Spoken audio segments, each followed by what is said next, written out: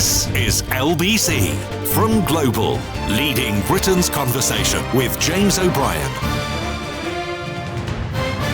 It is 3 minutes after 10. You are listening to James O'Brien on LBC, where there is a lot to digest this morning and a lot to think about. But oddly, I mention this to you occasionally. It's a shared problem, isn't it? But it's mostly my problem. The questions with which we might, in which we might indulge, the questions that we might try to answer, do not present themselves immediately because, to paraphrase Donald Rumsfeld, we're still in the realms of unknown knowns and known unknowns. Not least because, with regard to the Southport killings, which we can now say more or less whatever we want about, there is still room for further enlightenment, further illumination, the sort of detail that would actually have come out in a trial. There's one element of the story that I can't get past this morning, and I think we'll begin with that. And it involves an event that occurred about a week before the murders, and it involved his father and a taxi driver and the killer, and the school from which he had previously been expelled for violence. And the killer got into the taxi, having booked it to take him to his old school. And his father then sort of pleaded with him to come back into the house. We know some details about the situation in that house. He had stopped talking more or less to his parents sometime previously. He had rung Childline in the past to say he was going to bring a knife into classes because he was being bullied at this school. He was, for that, immediately expelled. And then he returned to the school armed with a hockey stick and began attacking children, apparently targeting those who he felt had wronged him. He only stopped when two teachers managed to get hold of him, and he never went back to the school, and we never heard about it again. And it's the event outside the school, and the three references as well to prevent, that makes you feel that something should have been done, something could have been done, doesn't it? That's a natural human impulse. The idea that random acts of violence can be prevented is one from which we can derive great comfort. You know, it always happens. We always want to persuade ourselves that things can be avoided. And I think that they can. I wonder whether this one could have been. You sort of think if his father had been there the second time, his devoutly religious father had been there the second time and had managed to talk him down, it would have been a postponement. From what we know now about this man, from what we know now, his obsession with violence, and I mean, I would say at this point his mental fragility, it's clearly not a normal thing to be obsessed with, is it? Genocide, Adolf Hitler, terrorism, epic violence, school killings. He was obsessed with school killings. And this in some ways is closer to that than it is to anything else that we've experienced in this country before.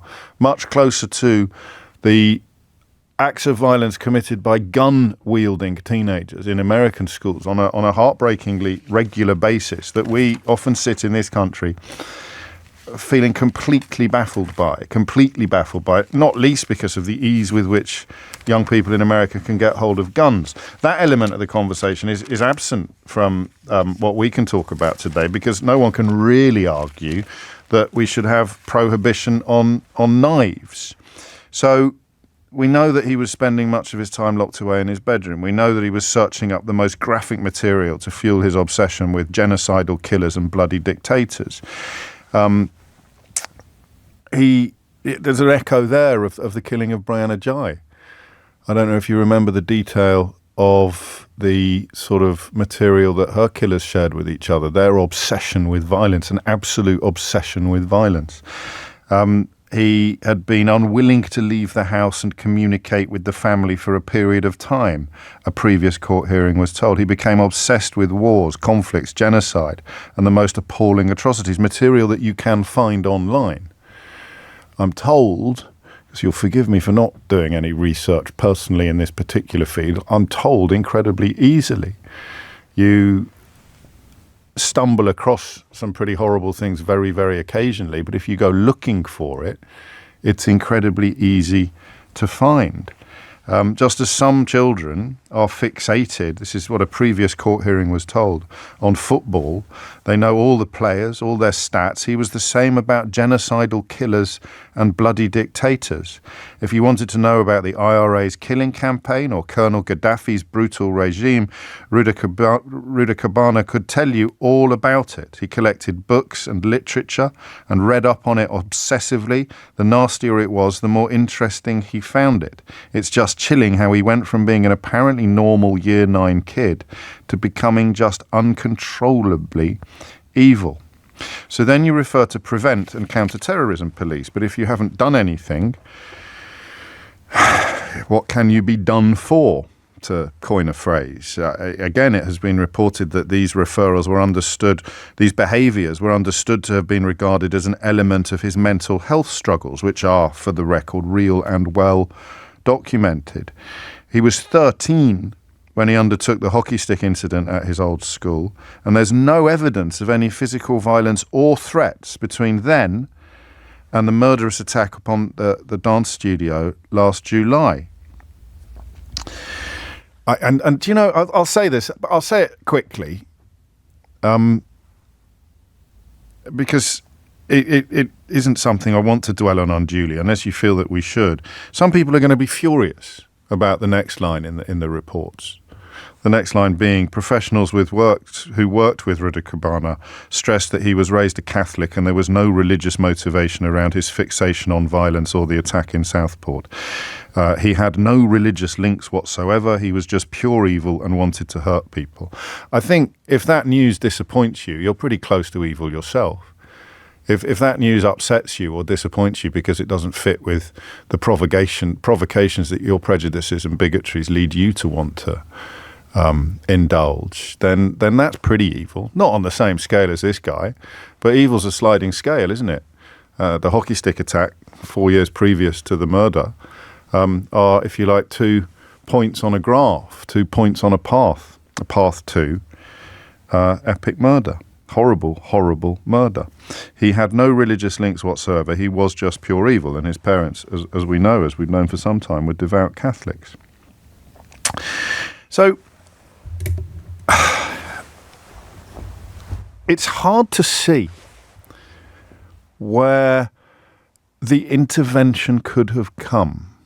And I'm not sure at this point that we can answer that question. I don't like asking questions that are too ethereal, too nebulous. Not on subjects like this. I like nothing more than ethereal and nebulous questions on less serious matters. But who could actually answer this question unless you were a former director of public prosecutions, or unless you'd worked in counter-terrorism or the murder squad very high up, or unless you were a mental health expert.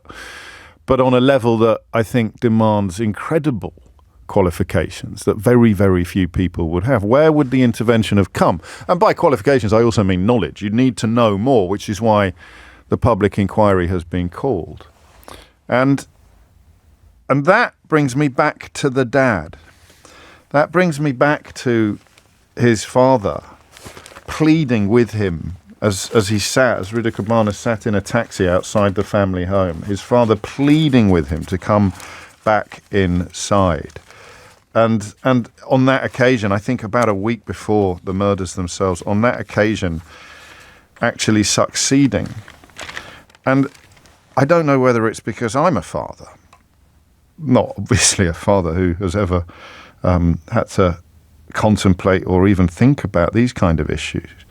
But I wonder whether it's because I'm a father that I found myself imagining being in his shoes and wondering what else he could have done. Now, I don't want that to sound like an invitation to assemble a lynch mob. And I understand, I'm at great pains to explain how and why I understand the desperate need to believe that something could have been done to prevent this from happening. I share that desperate need. Sure, because if you don't accept that, then you open your own consciousness to the knowledge that this hideous finger of fate could end up pointing at you or someone that you love, and there's next to nothing that you can do about it. So we have to cling to the notion. It cuts two ways, doesn't it? When Madeleine McCann was abducted, people were desperate to blame her parents because it was a way in which they could reassure themselves that it couldn't happen to them. It's almost as if we deny the existence of randomness or indeed evil. And then on a case like this, you want to believe that the system could have done something. Keir Starmer, I felt, came perilously close to endorsing that worldview earlier, although, of course, with the caveat of the inquiry being called, it may conclude that there was no point at which more could have been done. But I would cautiously suggest his parents were living in fear of something awful happening and didn't find any way to do anything about it. Two or three things occur to me. The first, as Colin points out in a text, is the ease of access to the rabbit hole down which someone like this can disappear. We've talked about that a lot. That gets filed under online safety, which many people have told me in recent weeks is the incoming legislation is the real reason why Elon Musk, busy yesterday giving Nazi salutes in Washington, D.C., is so keen to attack and undermine the government led by Keir Starmer. So one area is online safety. Another area, of course, is parental influence or parental intervention. I don't know what word you prefer. I think they're both fine. And then I lead you reluctantly to this question. He was referred to Prevent. I don't think Prevent can do anything until or unless he's done something. He hadn't engaged in threats or violent behaviour for 4 years or more. And whatever his father and mother may have feared he was contemplating or capable of doing, what else could they have done save unlawfully imprisoning him in his own home? A few of you are upset with the word evil, I beg your pardon, which I understand, but I don't know what word you'd replace it with. It's used as a alternative to radicalization, if you like. There's no ideology here. There's no religious element here. However, I fully appreciate lots of racists are desperate for there to be an Islamic element or an Islamist element to this story. And there will be stories in the future where there are Islamist elements, just as last week there was a story of a man being jailed for seeking to kill an asylum seeker who was a fully paid up neo-Nazi. There will be ideologies involved in murders and attempted murders. This sadly just isn't one of them. Well, sadly for you, as a racist or an Islamophobe, this just isn't one of them. People have brought his autism into the conversation, and oddly, we've had that conversation already this week, haven't we, in entirely different circumstances. But what else could they do? And the reason I said earlier that that's not a question, I will ask that question, but I think that it's important to acknowledge we probably don't have enough knowledge or experience to answer it helpfully, and I'm happy to be proved wrong. The real question I've got is, what's it like? Where do you go when your boy is disappearing down this sort of rabbit hole? Sounds too mild, doesn't it? What happens?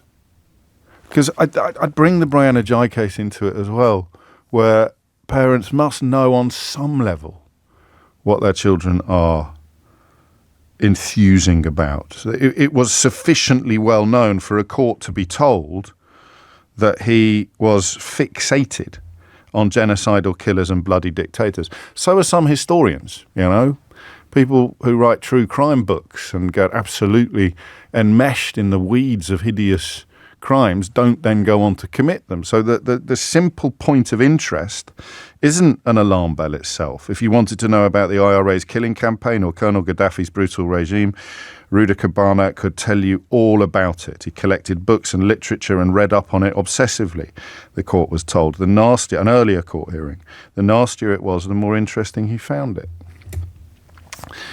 So, 18 minutes after 10 is the time. Where do you go?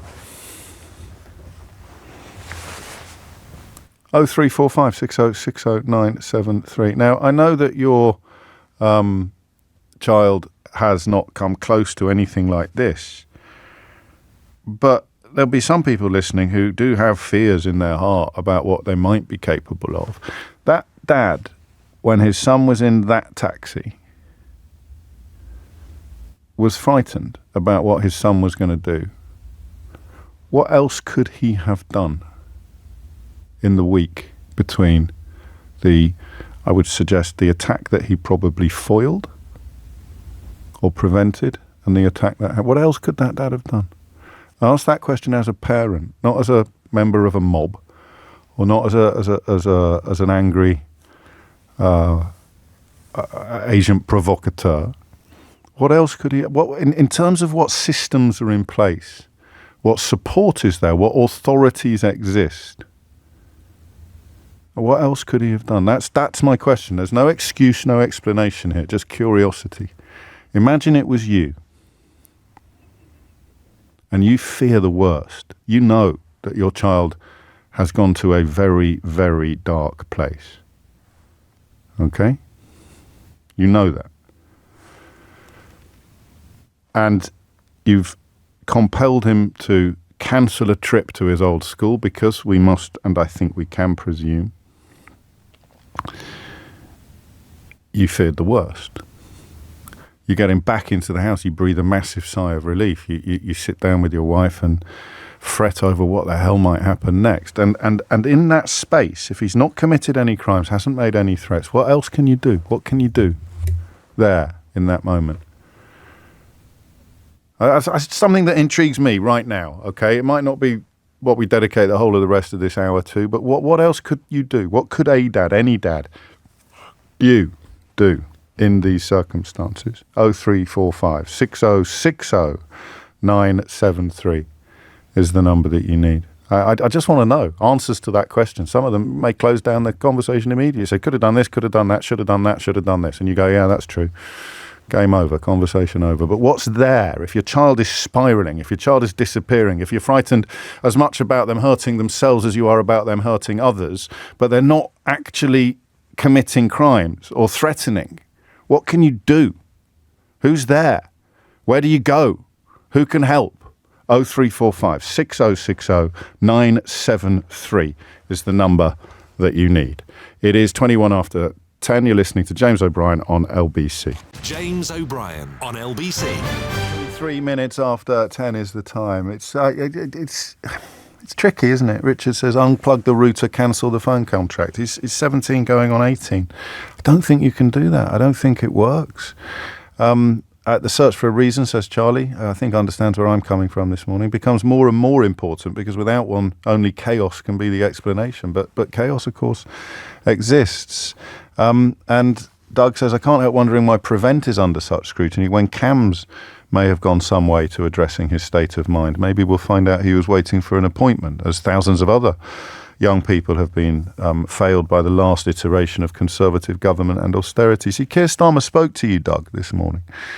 Keir Starmer said some people will want to blame it on immigration because his parents came here from overseas, as indeed did the parents of one of his victims. And other people will want to blame it on cuts.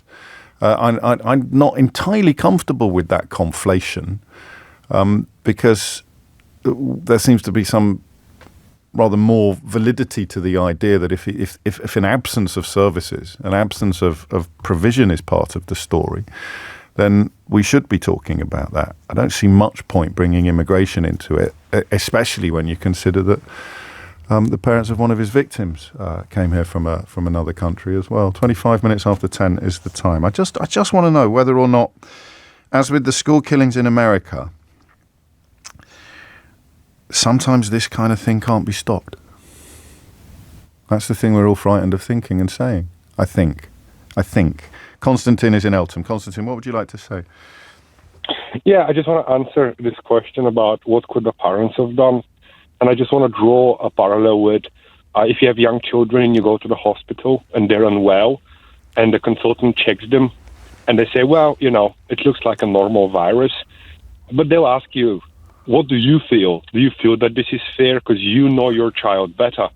And a few times we've said, well, yeah, I mean, it does look like a virus, so we'll get just, some medicine. But sometimes we'll say, well, no, it's very uncharacteristic for her. So can you have a look? And they will listen. They'll say, okay, mom and dad. So who could they have spoken to in this case? In this case, I would assume, and I don't know, but if he had fears, I would say go to the police and say, hey, look, it's my child. I know him. He's been to the police. He's been referred to prevent and to counter-terrorism police. But what did they do? This is what I don't know. Well, right? because I'm telling you, if there has been no evidence of any physical violence or threats, then until someone tells us both otherwise, there's nothing they can do. That's why your analogy is not desperately helpful in this case, because you know where you are in an A&E, you know who you're talking to when you're talking to a doctor, you know what the options are when you look at pathways ahead. Here, counter-terrorism police and prevent have already been involved. So have mental health services. I think he was abandoned seems like too sympathetic a word, but I just don't know where else they could have turned. And the point I'm approaching cautiously is that there isn't anywhere, Konstantin. However desperately we would both like to believe that there must be. But that's my question. This is the thing that I don't understand. Go on. If in A&E you're listened to and they'll take I don't know how helpful this is. So sorry. Why isn't the protocol in these agencies to get involved? Well, I'll tell you. I'll tell you why. Because there is the illness. There is the evidence for your concern. But in the case of criminality, the only thing you could compare the illness to would be a crime or a threat of crime.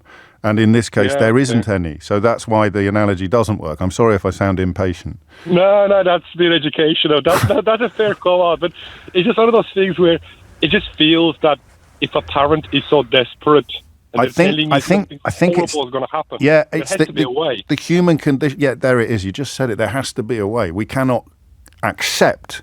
We cannot allow ourselves to accept. This is how I think which is why the school killings in America often prompt the gun debate. And if you outlawed guns in America now, you would still have school massacres.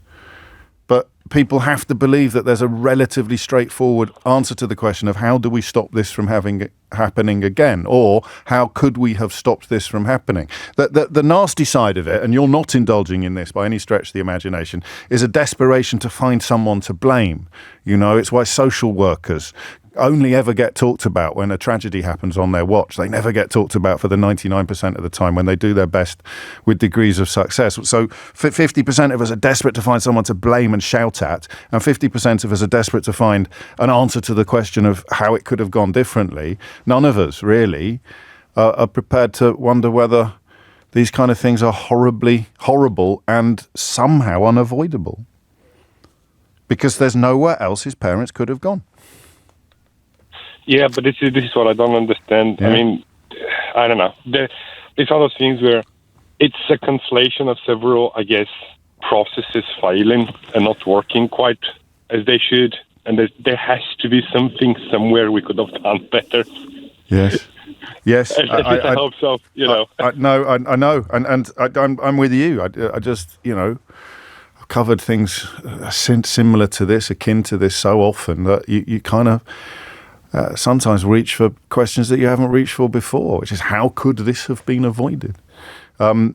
Nick's very cross that we've mentioned the autism of Axel Rudakabana in the context of what we have learnt from court hearings, and I didn't mention the autism of Elon Musk when referring to his Nazi salutes. He thinks that's hideous hypocrisy. So I'm happy to read that out. But honestly, mate, it's coming up to 10:30. You're listening to James O'Brien on LBC, where we're just wondering, in the absence of violence or threats of violence, and in the full knowledge that this man had been referred to prevent and to counter-terrorism police. And knowing now that his father had persuaded him not to make a visit to a school from which he had been expelled previously for a violent attack 4 years previously for a violent attack with a hockey stick, and I think an understandable fear that he was planning something similar there, what else could they have done in that space? And the answer might be nothing. 10:30 is the time. Thomas Watts has your headlines. James O'Brien on LBC. 34 is the time. I don't know that getting somebody sectioned is as easy as you suggest it is, Mike. I worry that Nathaniel might be a little bit closer to the truth with this bleak contribution. We may need to get used to this type of attack, considering that we have a generation with almost zero access to mental health services. That's, again, not quite true, Nathaniel, but the situation is certainly pretty hideous, as we've often discussed in the past. Some friendly criticism as well, because I think we're all on the on a similar page today, except the people are desperate for it to be somehow a consequence of immigration or Islam. You're heavily and pointlessly overthinking this. After the various authorities had failed to monitor his every move, writes Rob, the heinous crime was going to happen. Leave his poor parents out of it. I'm suggesting that they couldn't have done anything more. That's the horrible element of the conversation that we're having, is that the system, whether it could be better or not, currently did not accommodate anything, did not provide any avenue down which he could have been taken. So I can't really leave the parents out of it, not least because that episode where his father talked him out of the car he was in, the taxi he was in, getting ready to go back to his old school, seems both significant and, in a way, poignant. Although poignant doesn't feel like quite the right word in that context. I can't think of one that would fit better. In the context of what was found, I'm always happy to explain, even when people who really should know better are pushing traffic violently and very deliberately in the opposite direction, the kind of people responsible for spreading the misinformation that led to the Farage riots in the summer. I think Keir Starmer, incidentally, was referring obliquely to people like Nigel Farage again today when he talked about the dangers, if you like, when he talked about the prevalence of people revealing crucial details while the police were investigating. Farage, of course, relying upon the expert insights of the accused people trafficker Andrew Tate for his social media contributions at the time. Starmer reminding us that the vile individual who committed these crimes would have walked away a free man if the trial had collapsed. The prospect of justice destroyed for the victims and their family. I heard the usually brilliant Joshua Rosenberg slightly getting things wrong on that earlier today. So what Starmer said was, if this trial had collapsed, then the violent individual who committed these crimes would have walked away a free man.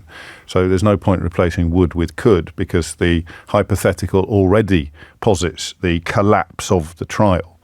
Well, I suppose could. He could have had a retrial.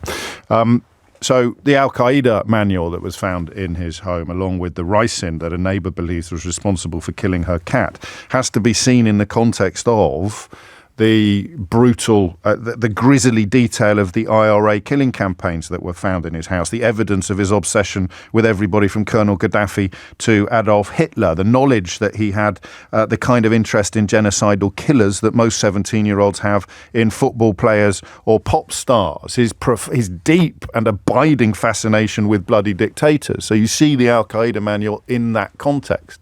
If he'd been in Germany and had a copy of Mein Kampf, that too would have been illegal. But again, I'm happy to explain this calmly up to the point where people are determined to pretend that they don't understand. Which brings us back to the question that we're asking. What else could have happened? Where else could they have gone? Nikki's in Nottingham. Nikki, what would you like to say? Hi, James. Morning. I'm a really big fan, so just want to get that over and done with. Sorry, I'm talking on this horrific case. Of course. But I was listening to you, and I sort of work in safeguard. Well, I do work in safeguarding, and I've heard of what's called a DOLS, DOLS, a deprivation of liberty for safeguarding. Yes. And that could have been applied. I don't know what he's people. Basically, it provides young people their liberty within there. It's not a great phone line, and it's not obviously an area of expertise for me. I think that you need to have a situation where people can't consent to their own care arrangements in a care home or a hospital. I'm not sure it does what you think it might do, but we could certainly explore that further. Jessica is in Fulham. Jessica, what would you like to say? Hi there, James. Hello. I was listening to you. I wasn't sure whether what I'm going to say is relevant, but because I'm speaking from personal experience, yes, but not regarding violence. My child had mental health issues, sure, and I'm speaking from a parent's point of view.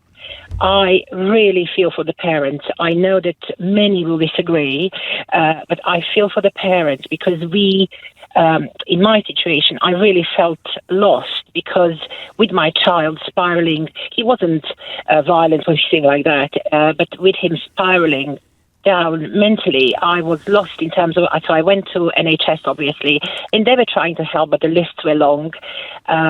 And I didn't know what to do. I was Googling, I was calling places, but, this was 2-3 years ago when you were just put on a list. And I was going a little bit mad with him. Yes. Luckily, in my case, I had, and really, I had a job that offered me a private medical insurance. So we took that route, and he was fine. With all the therapy and everything else, he was fine. Well, treatment. You got treatment. And we got treatment. Had you not had private health insurance, you may not have been able to access that treatment. Gosh. Exactly. So he was treated within 6 weeks. And from then on, it just became better and better. And I was involved and all this sort of things. But as for the parents, I was lost. And hearing that the parents stopped him from going to his old school and all of that, I just think the parents must have been living hell. Yeah. Hell. And they knew what's going on. Of course they knew. And I think majority of us know when things are going wrong. And what could they have done differently? Where could they have gone? I think that they've done everything they could. This isn't, as I've stressed several times to people just tuning in, it's not by any stretch of the imagination a lynch mob or an attempt to blame. Yes. It's actually the opposite. It is by asking the question of what else, particularly the parents, could have done. If the answer is nothing, then in a way we're not helping the situation, but we're dealing with it in a slightly more responsible way than some will do, who no doubt are already whining about cover-ups and counterclaims. I'm so happy for you that you came out of this, but there's a moment, isn't there? If you're dealing with mental health, particularly with children, that there is a knowledge of escalation, a fear of escalation. And when you reach a point where you don't know what to do, the craziest thing you can discover is that there is nowhere you can go. That's it now. Or exactly. you can make an attempt on your own life and still wait months for a referral. And we've spoken in the past to parents who find themselves in these situations, and it's incredibly easy to muster up enormous sympathy for them. The technicality of the situation is the same when a person is a threat to somebody else, albeit that it's rather harder to muster up anything, I think rightly, that resembles sympathy. This is interesting from Phil. Unfortunately, you can't do anything. And I say this as a retired police officer. The times when the state could intervene when a crime hadn't been committed are long gone. The genie is now out of the bottle. We are where the liberal, limp-wristed idiots have taken us. A little bit of casual homophobia for you at 10:42. You will be talking about what we can do until the cows come home. Until someone has the conviction to change the ludicrous position we are in, then this will never stop. Phil there, I think, not only endorsing the idea of imprisonment without any crime being committed or any trial being conducted, but also suggesting that used to be the case. Maybe in Ireland, mate, but I don't remember it being the case here. But hey, you're a retired copper, you must know what you're talking about. Nikki's in. We go back to Nikki in Nottingham on the deprivation of liberty safeguard. Nikki, I think that it is. It's more about people who are refusing to abide by the care arrangements that have been put in place for them in a care home or a hospital. I don't know that you could have locked this man up under one of those. I understand what you're saying, but I've worked with young people under the age of 18 who have got adults, and it is in a care home setting usually, but it is when they are in danger themselves or they're putting other people in danger. But he hadn't, you see. That's why it's very important to keep referencing the absence of any violence or threats in the course of the last 4 years. Mm. So you'd never get one. You'd never get a deprivation of liberty safeguard on this. You're right. It's really, really difficult. But if there was a multi-agency approach, which I think is so important in this work, if the teachers, the parents, the doctors, mental health workers, the police, if they all sat together and said, what can we do to support this young person? And, you can see risks. If he's already accessing material online, if he's... Lots of people access this material online.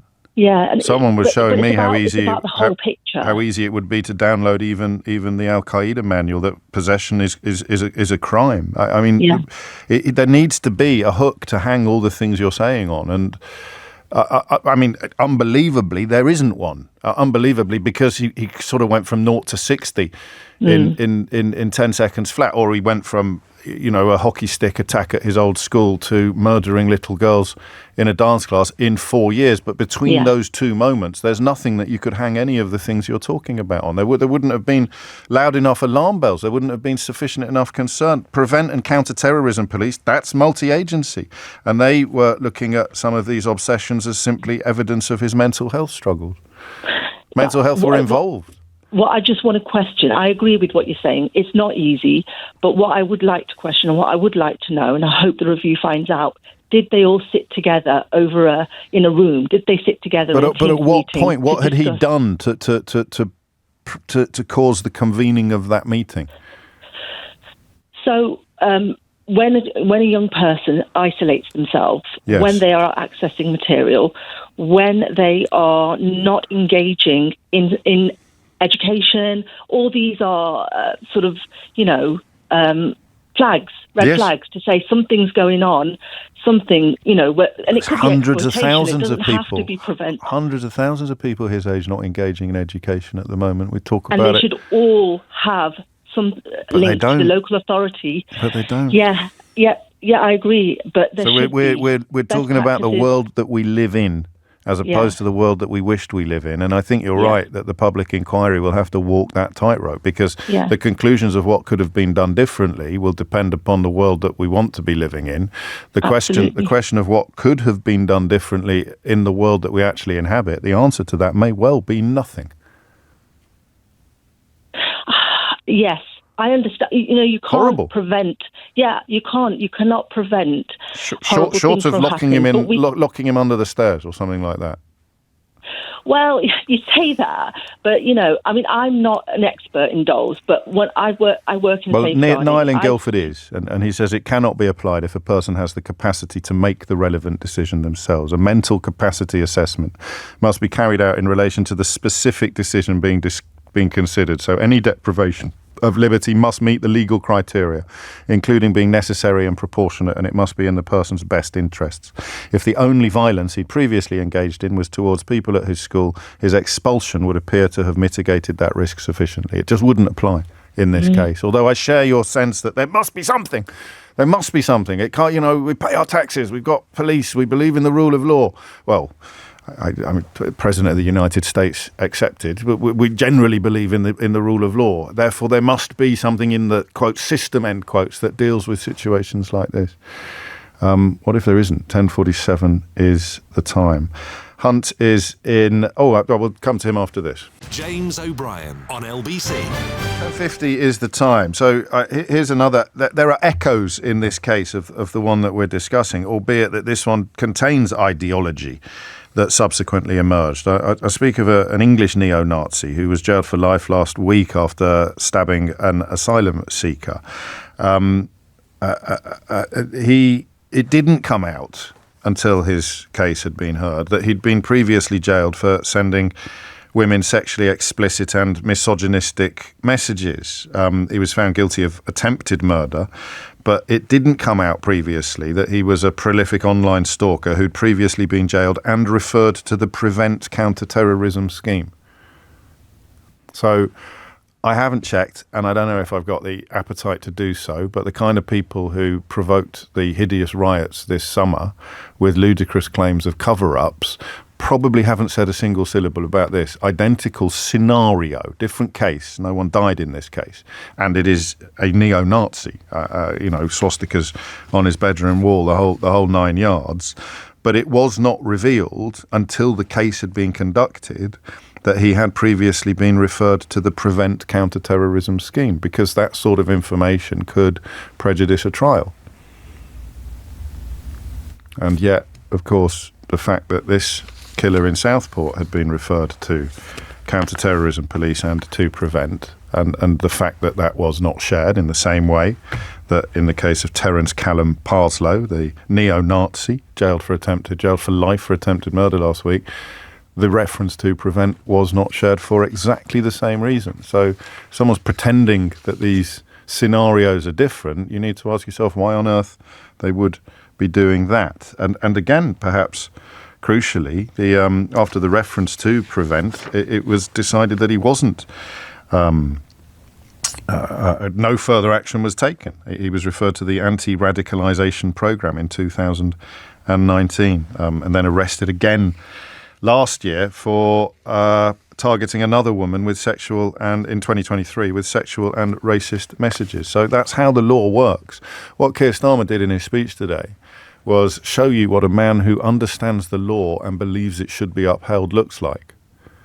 What Donald Trump did in his speech yesterday, coincidentally, was show you what a man who doesn't understand the law, and even if he does not think that it should be upheld looks like. It's a fascinating polarity in Western politics at the moment. Donald Trump, a convicted felon, releasing convicted criminals for jail for seeking to join in the coup attempt that he spawned after losing an election that he claims that he won. And it's such like a Russian doll of lies and illegality. And Keir Starmer explaining calmly what the law is, what it looks like, and why decisions are taken. Decisions like the decision not to reveal that this neo-Nazi had form, and the decision not to reveal that the Southport killer had been referred to counter-terrorism policing and Prevent, explaining it with facts and evidence. But some people are determined not to let the facts get in the way of their feelings. And some of them have even got columns in the Daily Telegraph. 10:53 is the time. Hunt is in Gateshead. Hunt, what would you like to say? Good morning, James. Hello. We have talked about this after every incident, that what measures could have been taken, what more can be done. I've heard a lot of your callers making suggestions, a lot of which are already in place. Yes. Now, I believe short of monitoring the whole population of the country, there isn't much more that can be done, because any preventative measure that you take has to be for a limited time. You cannot indefinitely put a preventative measure in place and expect that the problem will go away, because if you haven't done anything, you cannot be treated as if you have, despite our retired copper a moment ago insisting that in the good old days you could lock people up whether they'd done anything wrong or not. But you can't. You never really could, albeit that occasionally the authorities tried and occasionally still do. But it's not, it's not Minority Report, is it? Mm-hmm.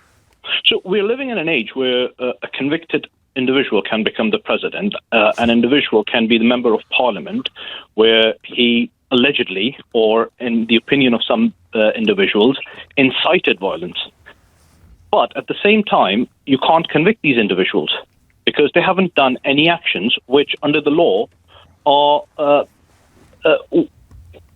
illegal. Mm.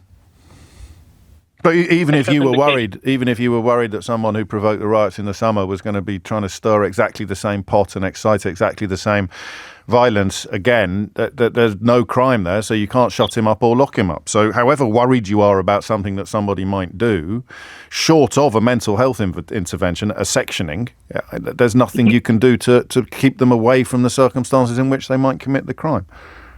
Exactly. So let's suppose if there is a university student and he is doing a research paper on, say, counterterrorism or terrorism. Yes. And if you find material relating to any of the the terrorist organizations, would you convict that individual? No. No, there are academics who possess exactly the same Al-Qaeda manual that he was found in possession of, but they would have received dispensations to study it, and journalists and security service people. So absolutely, that's a crime because of who he is, not because of what he had. Mm-hmm. Also, the factor is that with regards to this individual, if you had took measures, if there were measures, if you were to deprive him, how long would you do that? And how would you ascertain that the threat is over? You cannot. So suggesting that we can deprive someone's liberty for the thoughts that he might have, because at that time there were no actions. So the thoughts that person might have, you can take their liberty away. I find it quite juvenile. Well, I don't know that I'd join you in using the word juvenile, but that's semantics. I understand the visceral urge to believe that things can be different from how they are when the way they are allows or admits the commission of a crime like this. But that's it's a rejection of fatalism almost, or a rejection of the system. The question of what could the people who care for him, whether they are professionals or family members, what could they have done differently if they even had conceived fears that he might do what he ended up doing? The answer, it seems, is at the very best, not a lot. There's not a lot else they could have done. There isn't. I mean, if you draw a comparison, say, with a paedophile or with a serial killer, there are a lot of signs that show that someone might have a mental condition or a mental ability to commit crime, but you cannot do anything in the same way as you couldn't do in this instance. I mean, one would wish that you could, but yes, short of having the police state, you can't. Maybe that's what Phil was referring to, our retired copper. I don't remember living in a police state, but maybe he knows things that we don't. What's your perspective on this, Hunt, if you don't mind me asking? Well, I believe that there is... I mean, professionally, or are you just an interested observer like me, or do you have a professional stake in these kind of issues? Well, I'm a lawyer and I specialize in counterterrorism, okay. I've had run-ins with individuals who have been radicalized, including someone I personally knew. Yes. But in that instance, the individual that I knew, we were able to steer him in the right direction, but that is not always the case. Of course not. And you can only do so much. You cannot control anyone's actions as such at any point in time. Including your own children.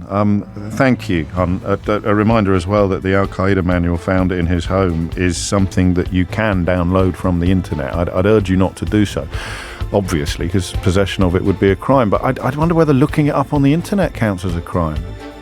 A funny one, isn't it? Again, evidence of how the old laws are not yet fully equipped for the new world that we inhabit. I presume it would be, in the same way that looking up images of child sexual abuse is a crime, whether you print them out or not. It is coming up to 11 o'clock. You're listening to James O'Brien on LBC, where we've had one difficult conversation, and we move next to another one. And Elon Musk apparently Elon Musk doing Nazi salutes in Washington, D.C. James O'Brien on LBC. It is 3 minutes after 11. Bob in Uddingston writes, James, I saw the photo of the Nazi salute on the LBC page and I thought, oh, come on, you could probably snap anyone with their hand in that position at some point. And then I saw the video.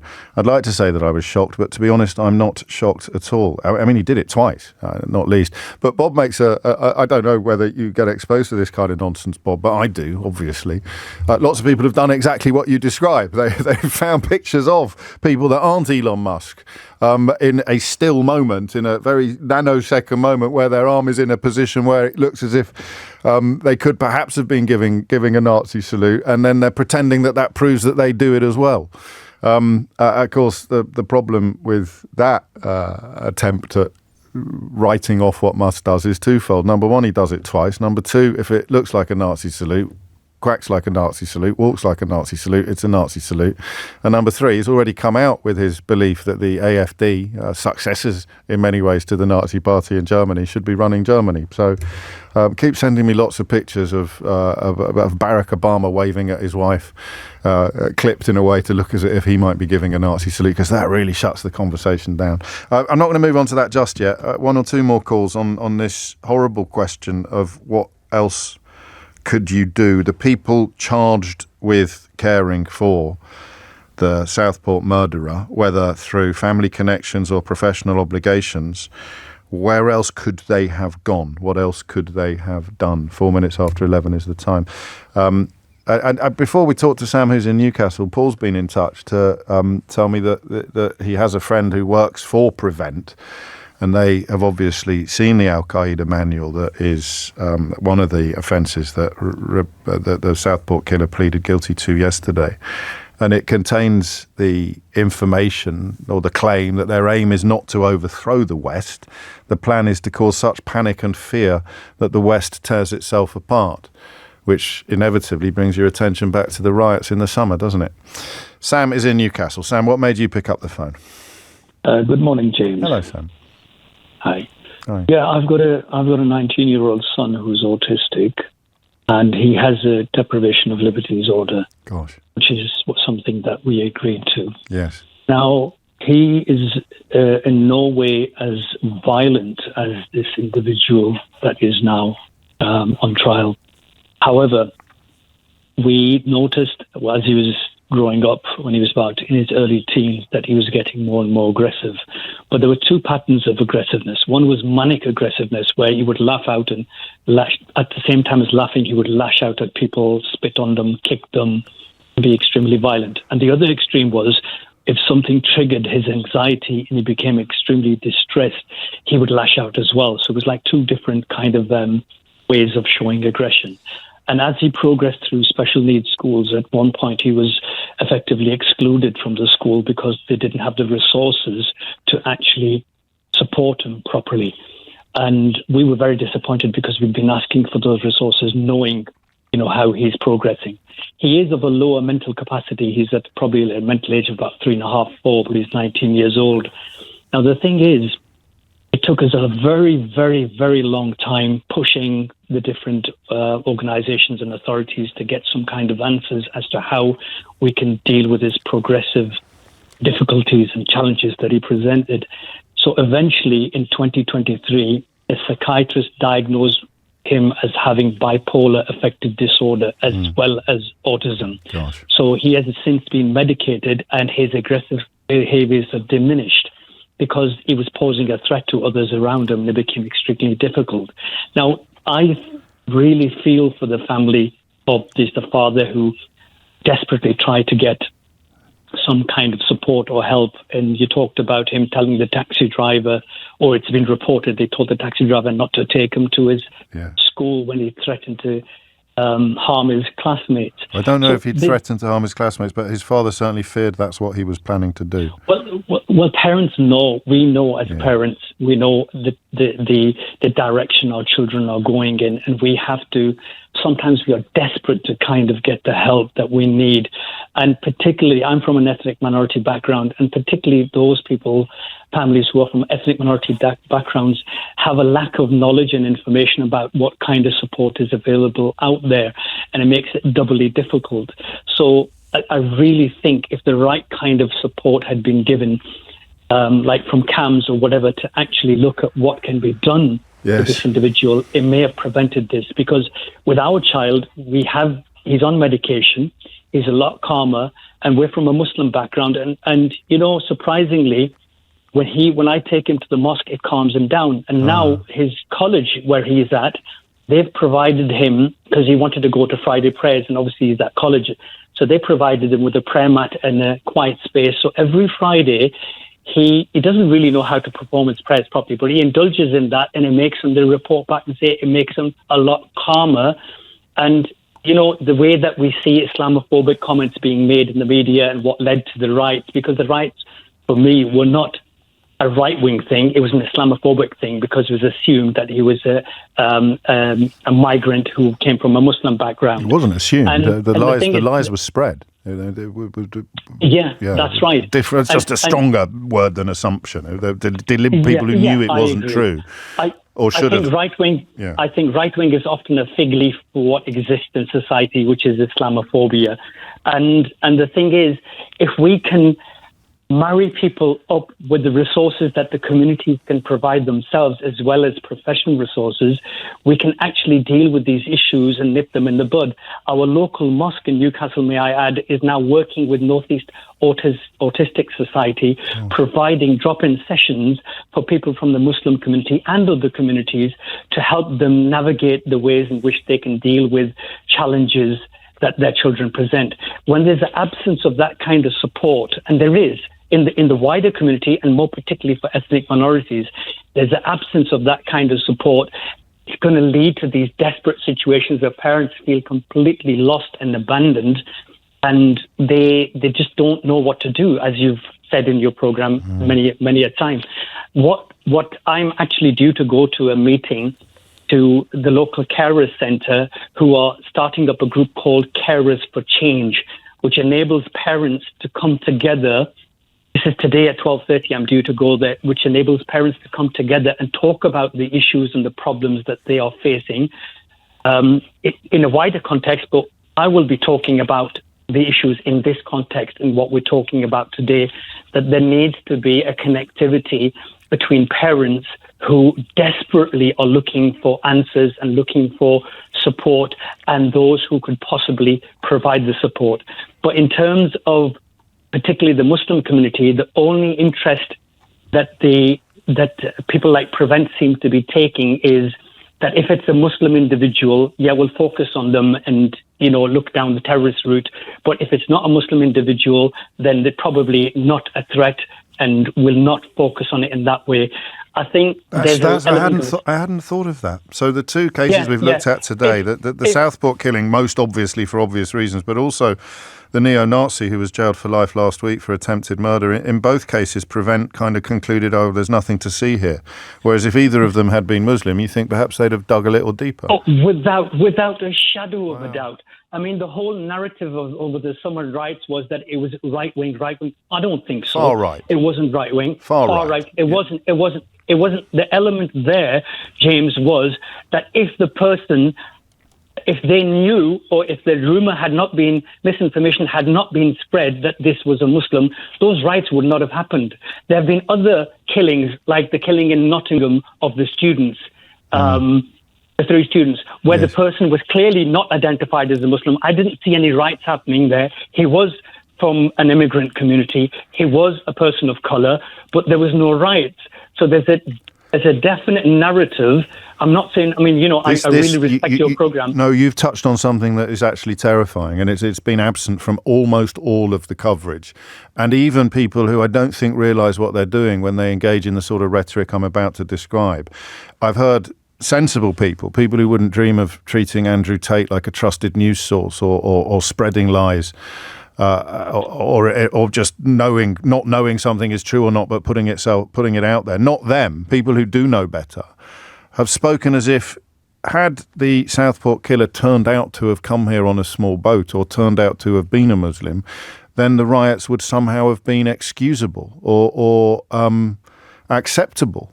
No one said that out loud, but so much of the coverage has seemed to me to have that subtext, and I think that's part of what you're picking up on.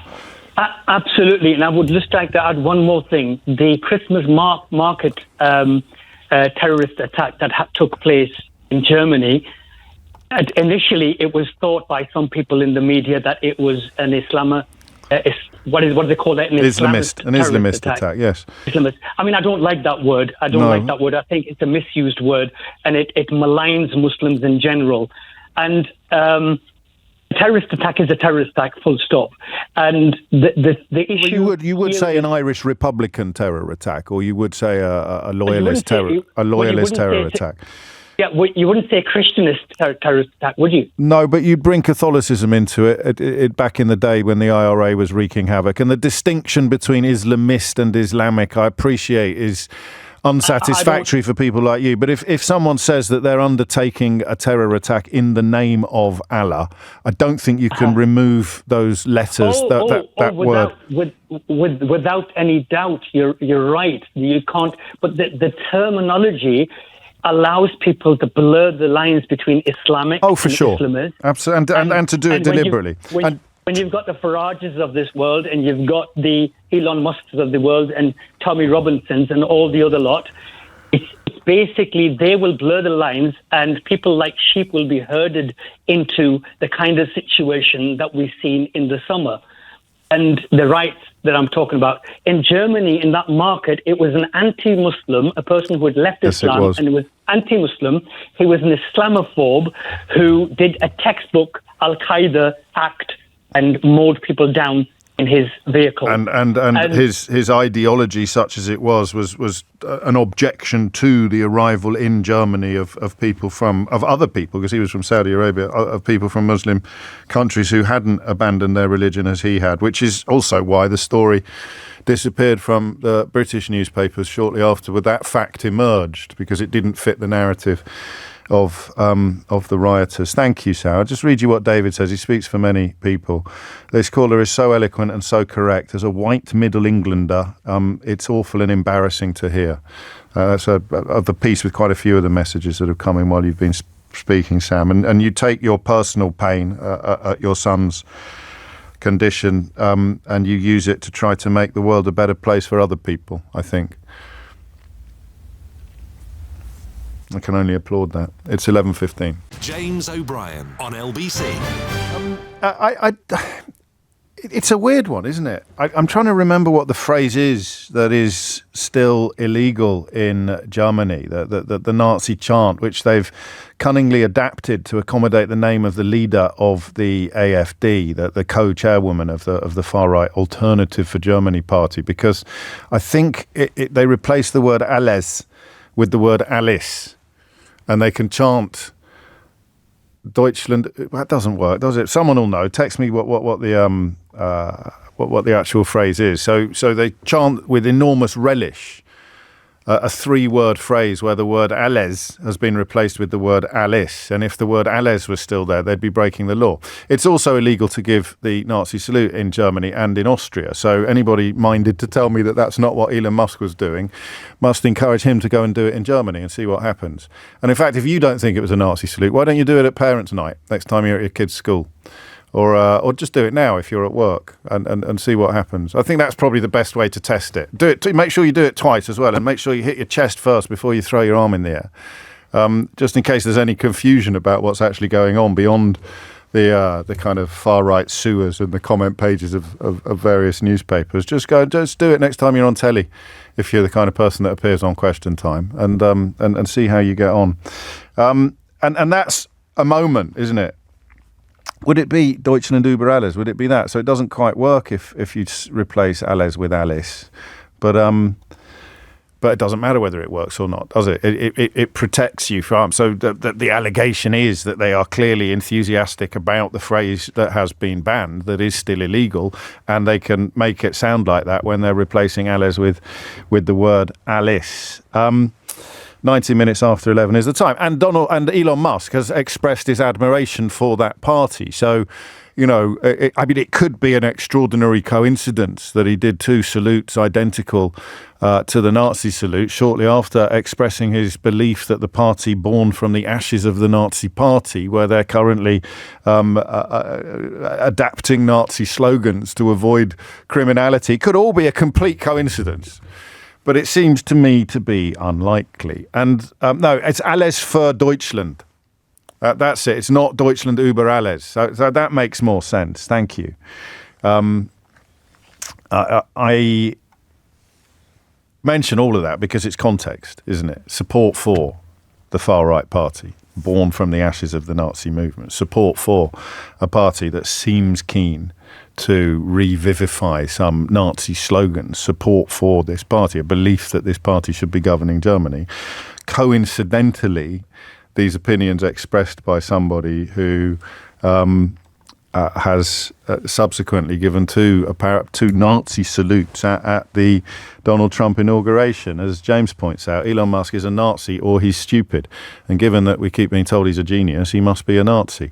I don't know how far his ideology goes or whether or not he was caught up in that moment and just loved the idea of doing something absolutely outrageous. How on earth else could you upstage Donald Trump after he'd announced his intention to dismantle the rule of law and various other things and release various violent criminals back into the population while insisting that he'd been elected in order to remove violent criminals from the population? It doesn't matter what point you pick, does it? It's absolutely incredible. And it's only at work, I should stress, that I can find myself getting fascinated by it rather than downcast. Because when I'm at work and I have the pleasure of talking to you, the actual academic fascination with what's going on. So to campaign on a platform that promises to remove violent criminals from society makes sense. To then, in your inauguration speech, and with one of the first acts as president, to release hundreds of violent criminals from jail, to release them back into the population because they were prepared to deploy their violence in defense of your lie about the election. It's just one indication. It doesn't matter what thread you pull. It always reveals a quite extraordinary abandonment of objective truth. Why do you like Donald Trump? Because he's going to remove violent criminals from the population. What did he do after getting elected? He released loads of violent criminals.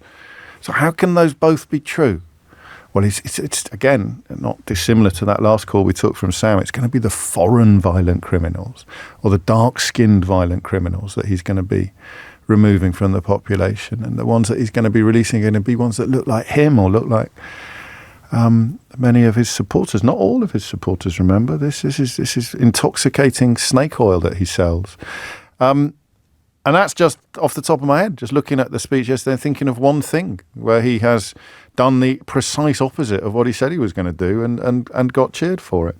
So you could, and I understand why, you might want to conduct a conversation about whether or not what Elon Musk did yesterday, was it really, wasn't it? I've seen people suggesting it's a Roman salute, which is a little bit odd because I think, and I didn't do this period of history at school, I very helpfully studied the Byzantine Empire, and I could tell you something about the Emperor Charlemagne, but I'm not great on Mussolini. Well, I'm not bad on Mussolini, I'm being a bit self-deprecating, but I'm pretty sure the Nazi salute was born of the fascist salute in Italy, which itself, I think, came from what some right-wing commentators are trying to describe as the Roman salute. So it was inspired by the fascist salute that came from the Italian National Fascist Party. Didn't get adopted by the Nazis, I don't think, until about 1926. And the conversation now, or some people are telling me that he's giving his heart to the crowd, because we all do that, don't we? When we're trying to express our love for a crowd, we all accidentally do something that looks just like a Nazi salute. And if you watch his face, I'm always a little wary of what's the word I'm looking for? A little wary of forensic analysis, because I'm not a body language expert or a psychologist. But there seems to be a little flash across his face where he acknowledges exactly what it is that he's about to do, because it's setting off fireworks. It's upsetting the wokies. It's claiming it's making America great again. I'll read this from Will in Christchurch, because I think he probably sent it before I gave you that little history lesson. He writes, "Sorry to burst your lefty bubble, Jimbo. It's a Roman salute, not a Nazi salute. Elon is clearly saluting a modern-day emperor in Donald Trump." Mate, you didn't get the memo. You're supposed to claim that he's giving his heart to the audience, not saluting a modern-day emperor in Donald Trump. I don't expect for a minute that you will read this out, as it doesn't fit your... Any guess on what the next word is? Your woke lefty agenda. So Will's ended up defending Nazi salutes. I bet he didn't think when he woke up yesterday morning that he was going to go to bed arguing that there's nothing wrong with Nazi salutes, or that it's not... When is a Nazi salute not a Nazi salute? When Elon Musk does it. 25 minutes after 11 is the time. I don't know what the question is here, because having a phone in on whether or not it was a Nazi salute is of a very different flavour, isn't it, from the idea of accepting that it simply is. But I think this is how it happens. I watched it happen and I thought, good God, that can't be what I think it was. And then he did it again and I thought, oh my days, it was. And I think this is how it happens. I can't remember what it was that Michael Rosen said about fascism and carpet slippers. It doesn't come in jackboots always. It can come in carpet slippers. So you watch that moment and you know, before the broadcast, before the speech is even over, you know that people will be queuing up to claim that it's entirely innocuous. And you will acknowledge the existence of the people who claim that it's entirely innocuous, which immediately dilutes what he has done.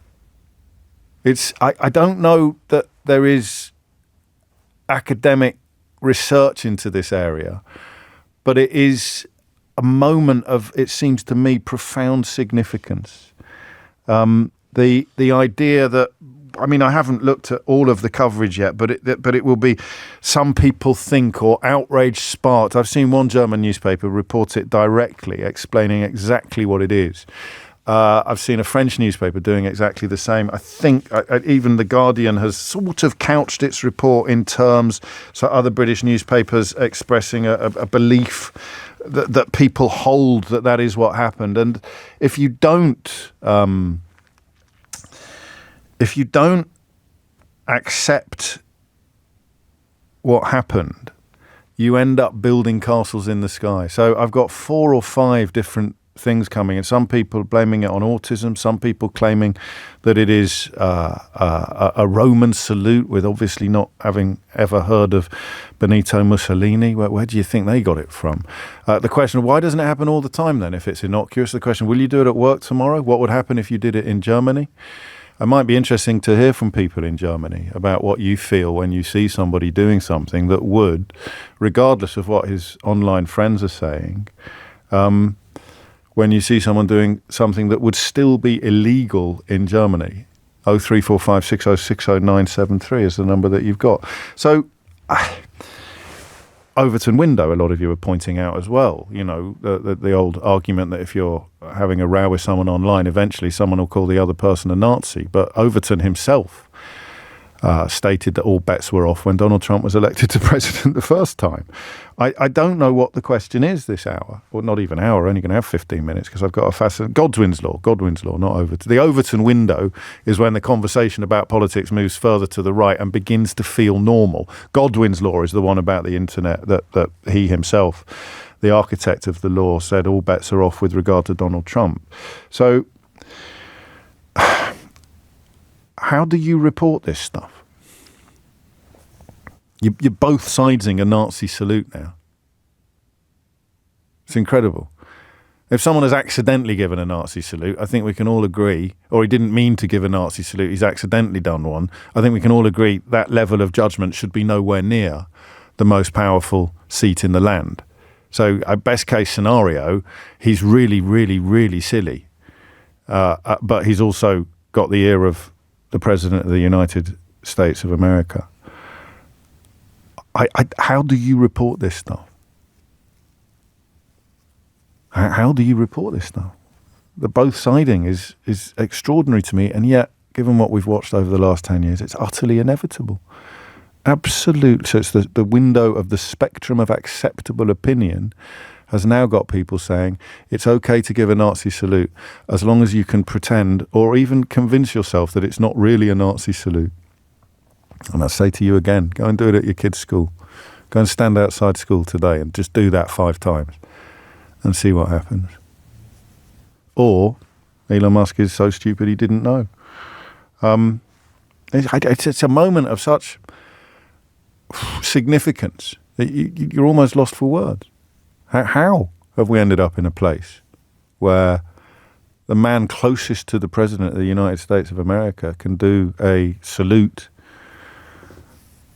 done by the Nazis, and again, you sit here wondering why people aren't as shocked as you are? Answer, because they like it. Can't be that, can it? It can't be that. Not again.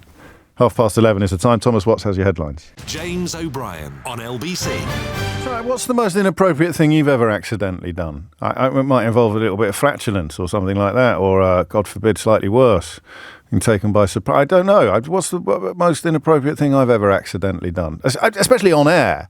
It's not as if the eyes of the world are upon me in the way that they would be if I was on stage at Donald Trump's inauguration. But if you accidentally left your flies open, perhaps, accidentally tucked your dress into the back of your tights, or you had a bit of toilet paper dangling out the bottom of your trouser leg. What's the most inappropriate thing you've ever done publicly? I bet it's not a Nazi salute.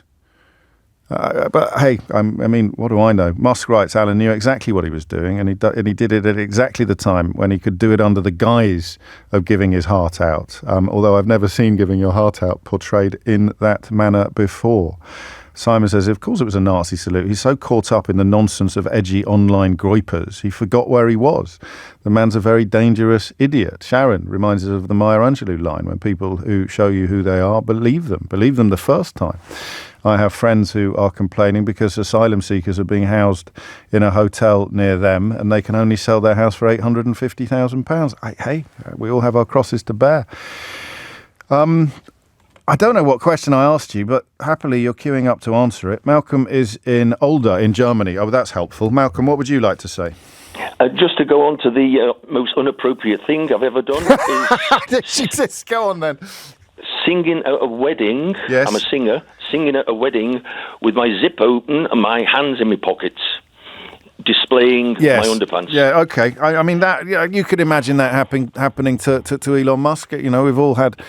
unfortunate underwear experiences, or whatever it was that Janet Jackson said that time at the Super Bowl. But my goodness, I believe him to be manic depressive. When he's down, he's down, and when he's high, he is unbelievably high, and anything goes by him. Yeah. That was a Nazi salute. A definite Nazi salute. Everybody's talking about it here in Germany. People are aghast. They're walking around. First of all, this maggot of a man gets in to be president again. They found that difficult to believe. And now one of his advisors is going around giving a Nazi salute. We just come back from the shops and everybody's doing the Nazi thing of what angle it is. What do you mean? You mean your German neighbours? Yeah, my German neighbours, we're all talking to each other. Yeah, well, what angle did he do it at? And things like this, you know.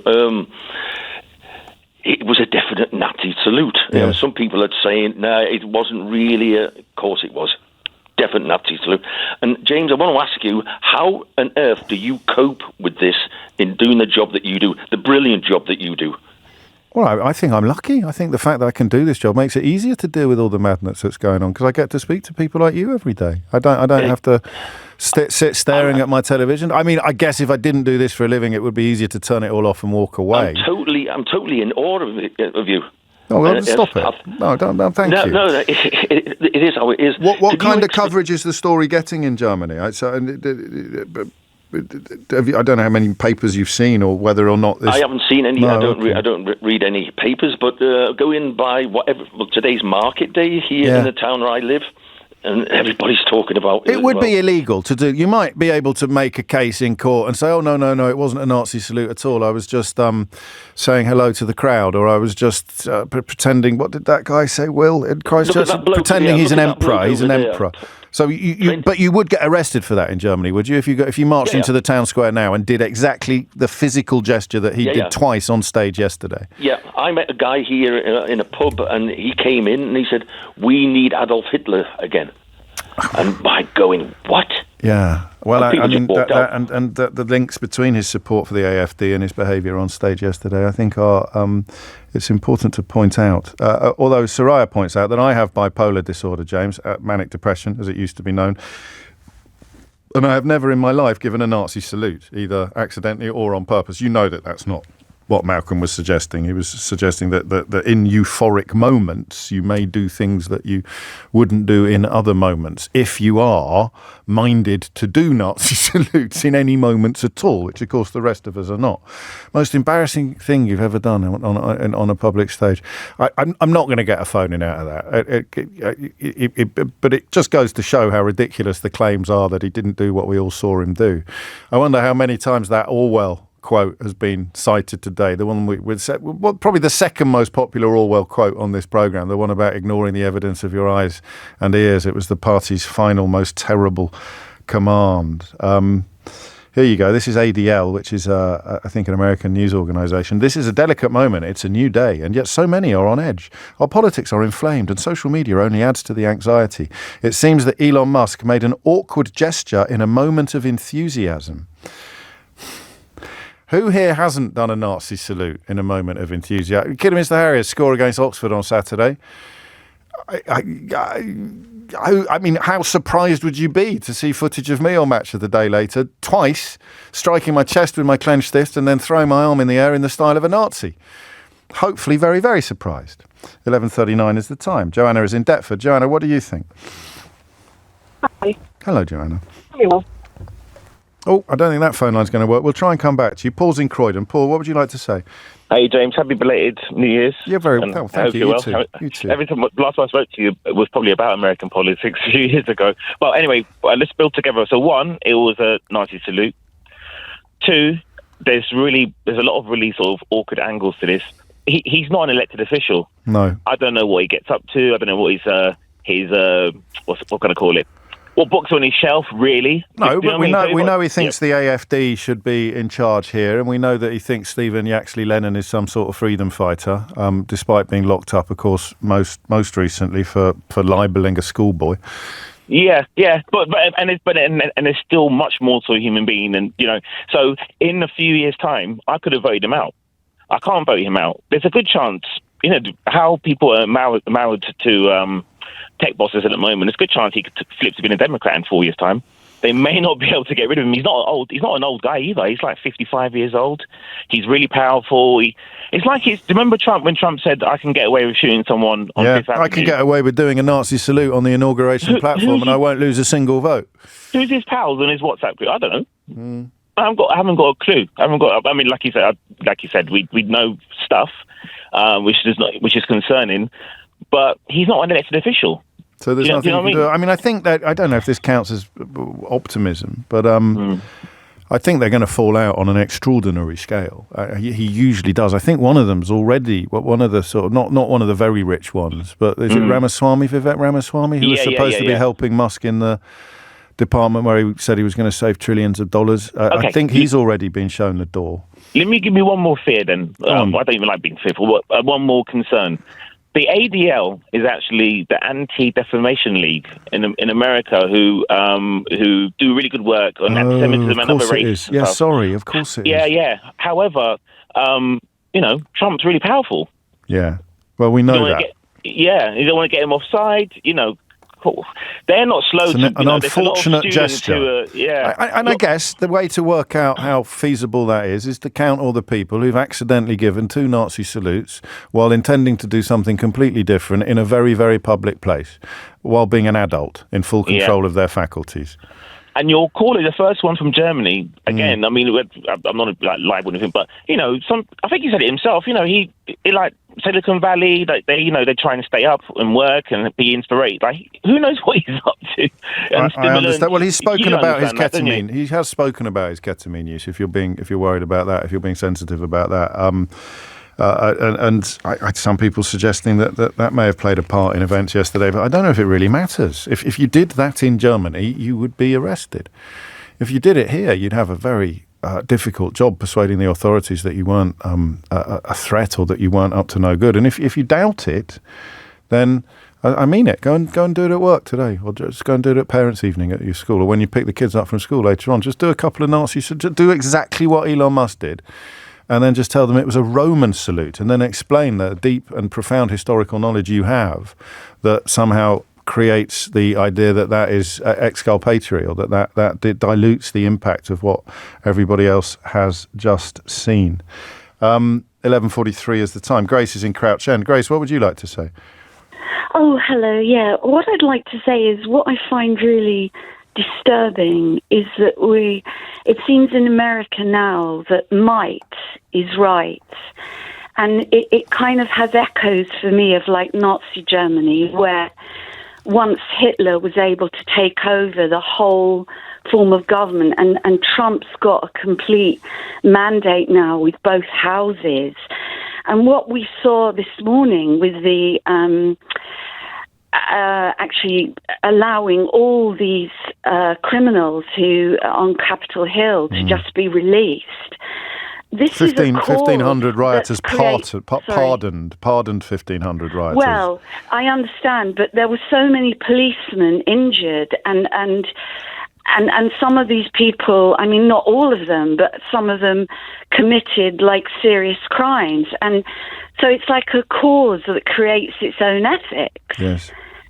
Well, that's fascism. It's not a crime when your side do it. Yes, it's very disturbing. And when I say might is right, we're in this time now. When other people regarding the Middle East, other voices have said, the Pope said a few months ago, we have to stop this. He said the same about Ukraine. He's considered, I'm not religious, but the Pope's like, oh, this old man, shut up, blah, blah, blah. Yes. But when Trump says, if there's not a ceasefire, if this war doesn't end, there will be hell to pay.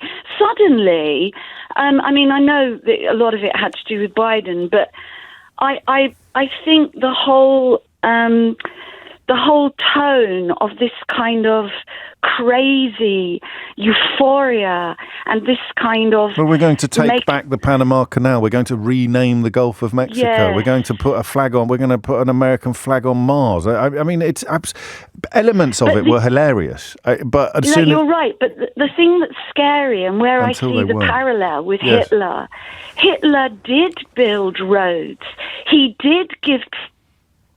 The economy did boom. That's what's so scary. You know? Yes, no, of course. I mean, this is, I think, and I don't want to speak for you here because you're probably better informed than I am, but I think we spend years in our schools, in our classrooms, just thinking that this kind of ideology gets inflicted upon a resistant nation, that a tiny cabal of people is responsible for overcoming the will of the people. It doesn't happen like that at all. These things happen as a consequence often of democratic votes. Population is persuaded to blame all of its ills on Jews and Roma or homosexuals and trades unionists, and the next thing you know, they're being rounded up and gassed. But that's much further down the road. You have to look at how that journey to that place started. And it started with this kind of thing. It started with, there's good criminals and bad criminals. Well, they're not even criminals because the violence they committed when they attacked police officers, that was in defense of my lies. Therefore, they are going to be acquitted. They are going to be, the ones that got incarcerated are going to be released.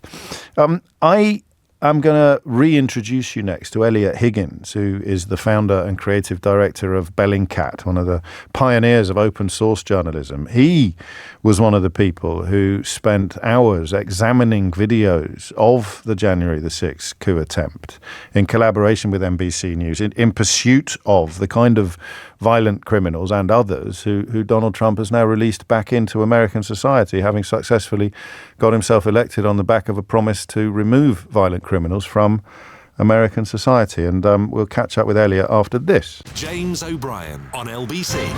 It is 11:51. You're listening to James O'Brien on LBC. Elliot Higgins is a founder and creative director of the open source journalism organisation Bellingcat, and spent hours and hours examining videos of the January the 6th coup attempt in collaboration with NBC News. And Elliot joins me now to reflect upon the pardons and commutations that have been granted to those who committed both violent and non-violent crimes on January the 6th.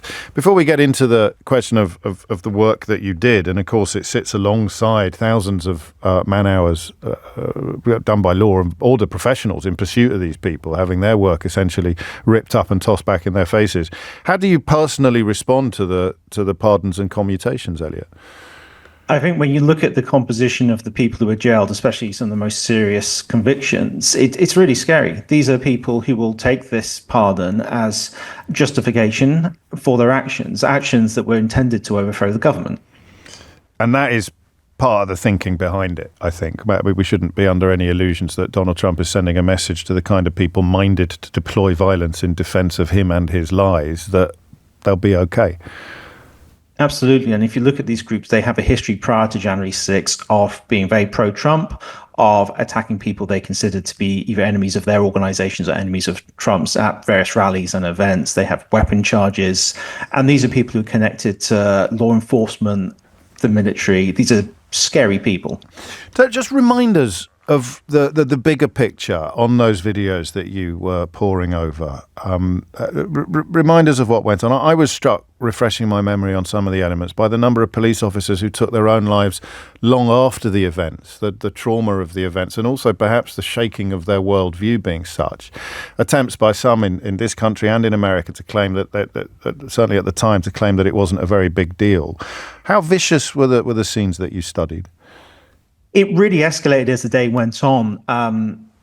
What you saw early on were groups led by organizations like the Proud Boys, a far-right militia, first arriving at the inaugural entrance. As the crowds gathered, the police, who were really understaffed, basically panicked and started firing tear gas into the crowd, which was a whole mix of different people.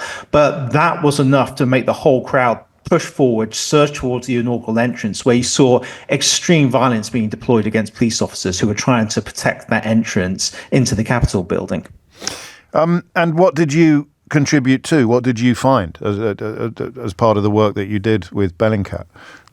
So it's really understanding how the violence escalated. One factor that was missed was the involvement of the police and how their use of tear gas canisters, some of which were fired into the heads of people on the other side, led to an escalation in violence, but also the lack of police available. There was clearly an understaffing that led to the police having to over-respond using more violent tactics, which led to even more violence and the escalation. But there were clearly groups there, and this came out in the trials, who had prepared for that violence, who wanted that violence, and it was exactly what they needed on the day. And tell us a little more, if you would, Elliot, about what you did. I mean, did you presumably helped bring some of these people to justice, or at least to public attention? So on the day, there were hundreds and hundreds of videos that were shared on various platforms. So we brought them all together. The next step was actually turning that into a timeline so we could understand how the events unfolded. Because if you watched it on the news, it was like, just scenes of random violence. It didn't seem to make very much sense. But that then allowed us to start tracking who were the ringleaders of these groups, who were the people who were at the front of this, who were the ones who made the decisions to push forwards or attack the police, that encouraged other people to do exactly the same. I'm almost circling back to the first question that I asked you, but the promise that Donald Trump was elected on the back of was to remove violent criminals from the streets of America, and one of his first acts as president is to return violent criminals to the streets of America. Absolutely. I mean, if you look at the makeup of the group, it's not fair to say everyone there is a kind of violent far-right criminal, but there were an awful lot of people who are like that. You had a mix of people who were conspiracy theorists. You had QAnon adherents, Pizzagate believers, people who believing in the adrenochrome conspiracy theory. You had white nationalists, Christian nationalists. You have anti-government militia groups like the Boogaloo Movement and the Last Sons of Liberty. But most significantly were the Proud Boys and Oath Keepers. So these are far-right militias. They are, in some cases, composed of former military and police. And these are the people, the leaders and the founders, who are given the heaviest sentences. For example, Enrique Tarrio, the leader of the Proud Boys, who was given 22 years for seditious conspiracy, he's now free.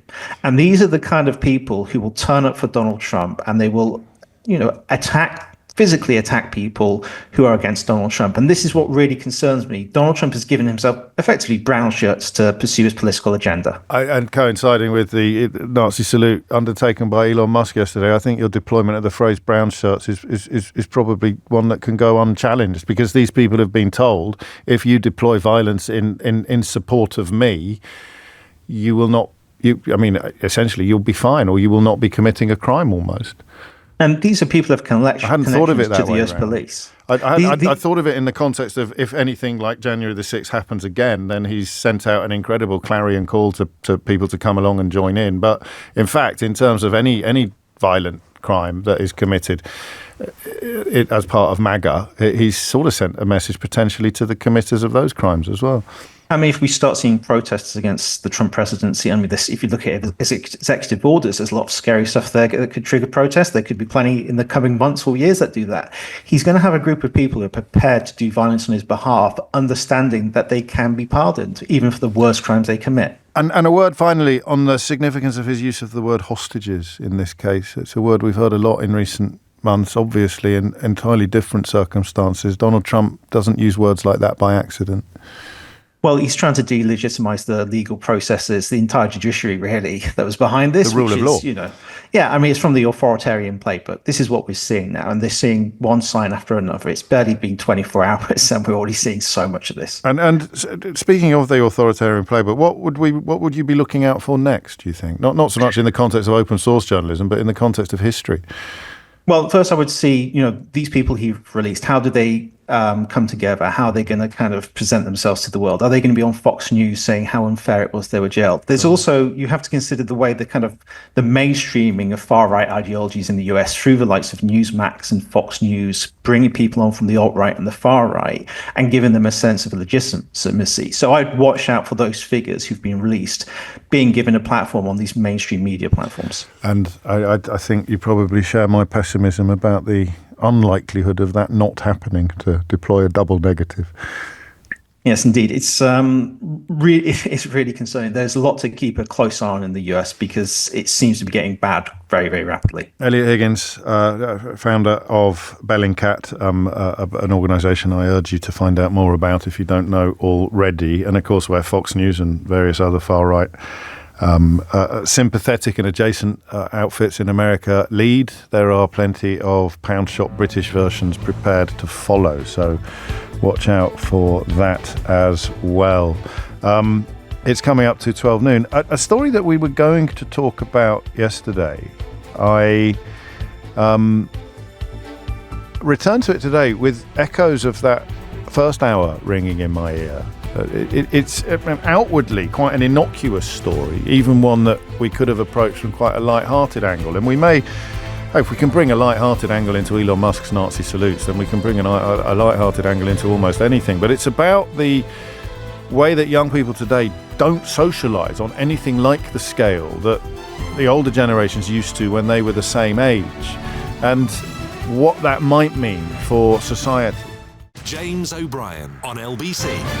It is 3 minutes after 12 and you are listening to James O'Brien on LBC, where we turn our attention next to a conversation that it plays into an awful lot of things that we've been discussing recently. I don't think it does play in really to the Southport murders particularly, because the man responsible for those murders was clearly an exception to some of the rules that we will be discussing, and yet he was housebound by all intents and purposes by his mental health apparently. But that's I don't want to talk about people who can't leave their house necessarily exclusively. I'm interested in people who don't.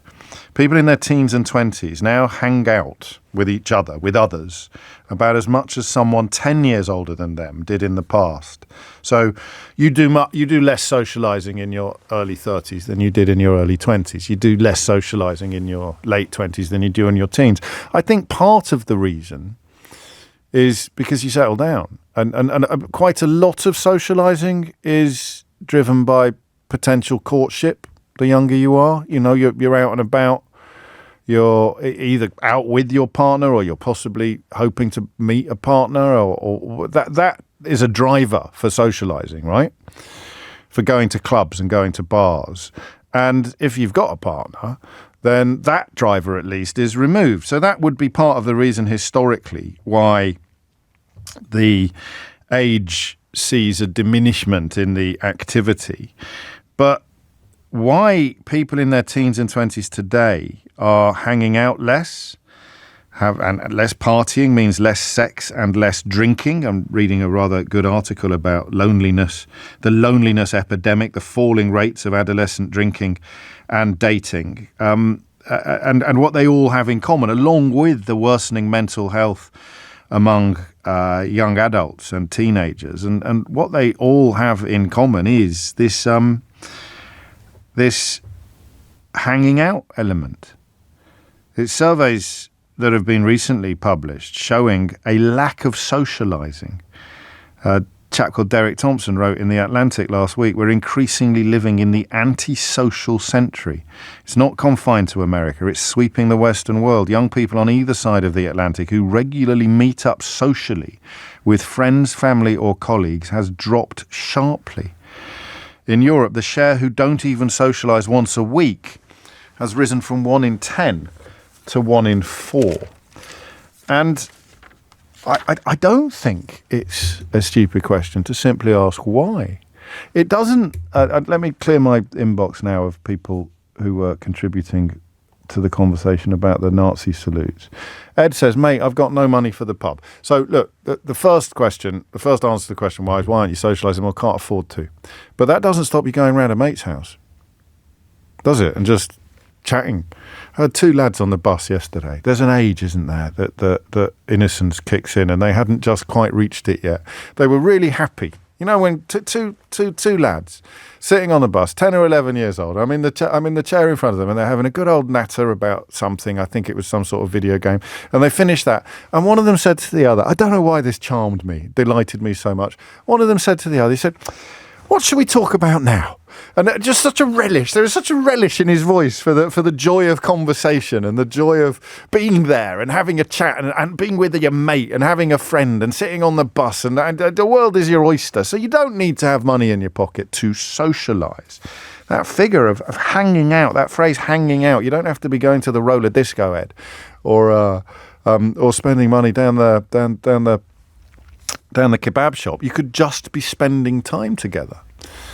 So why isn't it happening more? Why has there been such an epic decline? And what might it mean? So I've told you a few times about something an old producer, my very first producer, actually, once said to me, which flew in the face of popular wisdom at the time. We were already knocking at the door of blaming technology for the decline of social skills and blaming technology for the awfulness of the youth. And my producer at the time said, I just find it absolutely ridiculous. Why on earth? And this is going back 20 years, remember, when technology was nowhere near as exciting as it is now. He said, why on earth would I want to go out in the rain to play football when I can sit at home playing FIFA and pull off moves that are 100 times better than anything I'm ever going to actually be able to do with my own body? And you could say the same about playing soldiers. I used to love playing soldiers as a kid. But if you've played Call of Duty, particularly with a headset on, are you really going to go outside using a stick as an M16, reenacting the Second World? Do you see what I mean about the slightly lazy older generation approach to, they should be outside having fun? Have you seen the fun they can have inside? Do you have any idea the fun they can have with a controller in their hands or a mouse of a technological variety? I don't want to go all of mice and men, but that I think was part of it. And I used to think that was a powerful argument. I used to think, shut up, older people, of which, of course, I am now one. Shut up, older people. There's nothing to worry about. That their habits are different from ours. Their habits are different from ours, and different does not mean better or worse. So, as someone who is too old to have clear answers to this, and whose own children who are in the relative category, although I tend not to talk about them much on the show since they reached an age where the people that they're at school or college with may hear me talking about them, I can happily report that they're not part of this phenomenon. They're both big on socialising, and therefore I don't know the answers to the question of why. Why has this gone off a cliff? Why do the younger generation, teens in their 20s, socialise so much less than we did?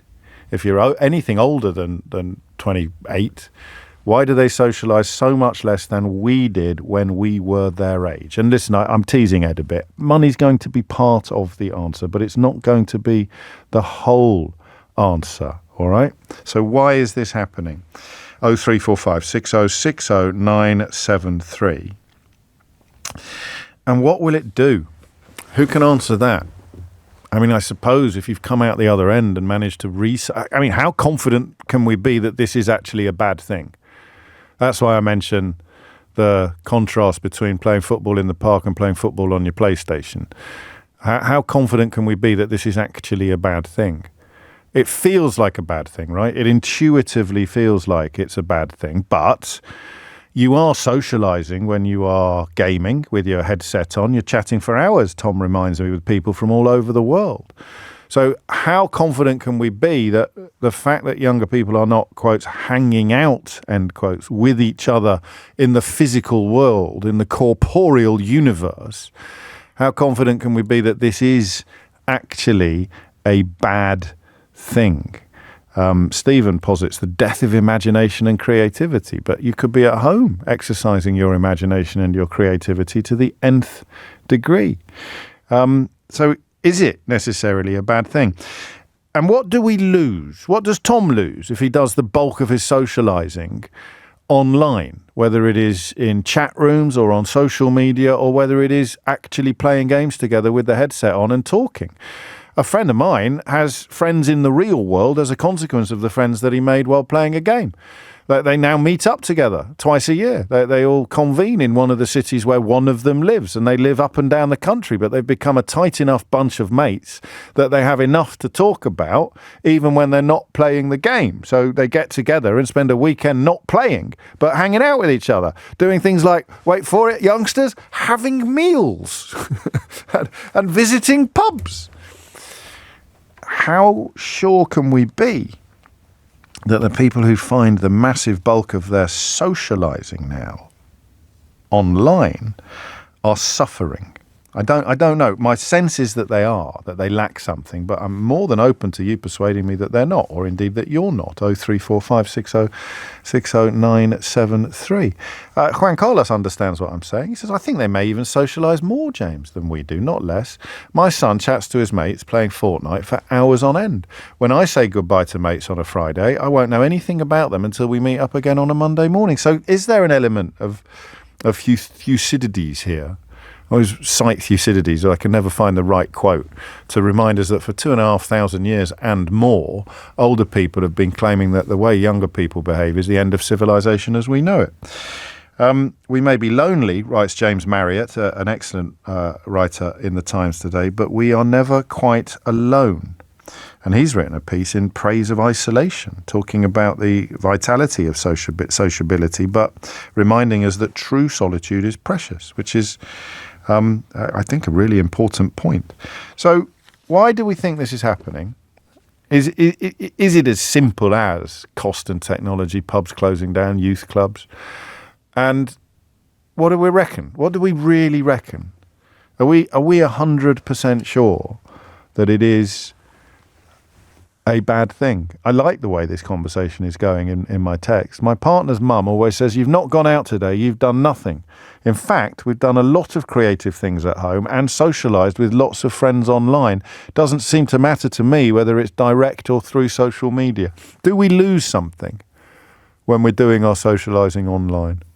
Or is it the Thucydides conundrum once again? And different does not mean worse. 12:15 is the time. 0345 6060 973 is the number you need. James O'Brien on LBC. It's 12:16. You're listening to James O'Brien on LBC.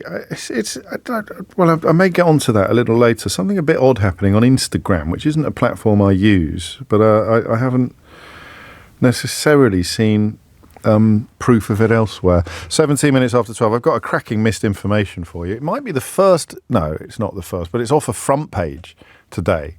Somebody being so fast and loose with the truth that you will struggle to believe it could ever have been published until I tell you who wrote it, in which case you'll consider it to be very much par for the course. But we're looking at the moment at the difference between loneliness and being physically alone. Lynn's in Dublin. I was in Dublin at the weekend, Lynn.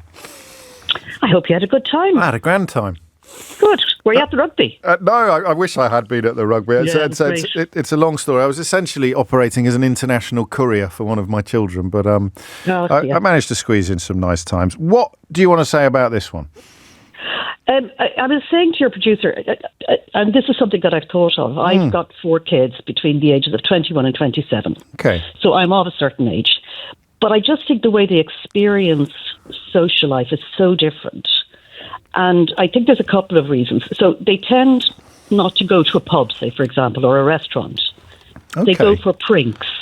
Oh, they go to somebody's house. And so by the time they might go to a nightclub, they're in this little group. And there isn't the same opportunity to chat with people you don't necessarily know. Well, who did you go to nightclubs with? Oh, I'd go down to the pub. I'd go down.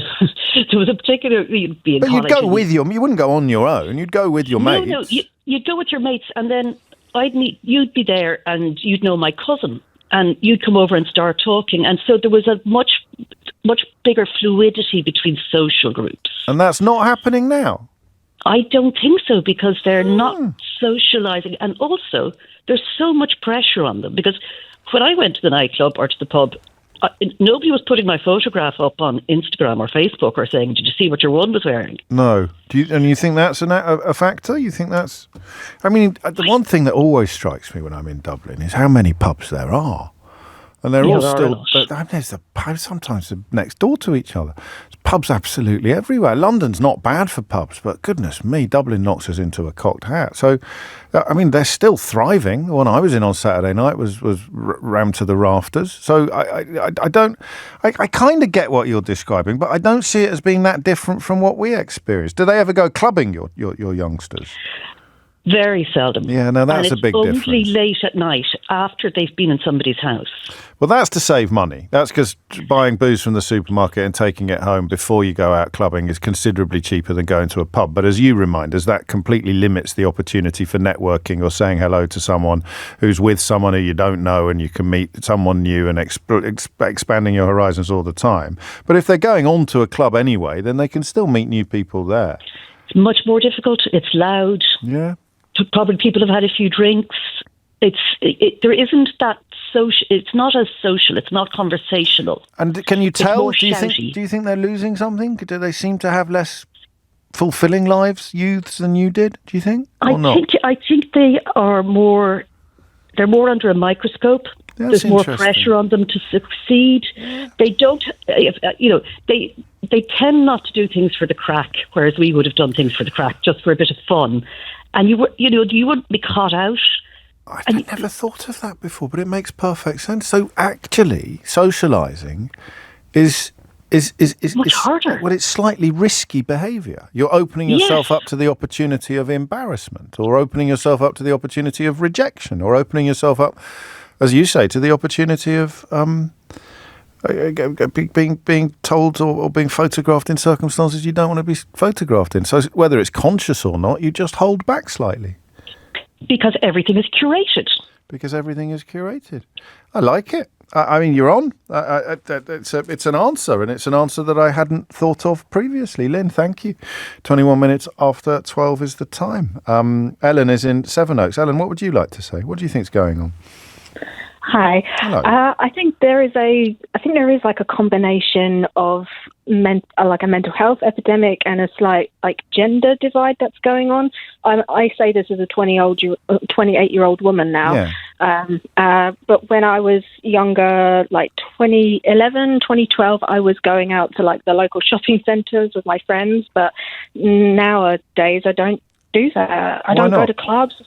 I mean, I don't enjoy it. I've never enjoyed drinking as a social outlet. I've never enjoyed it, smoking, drinking.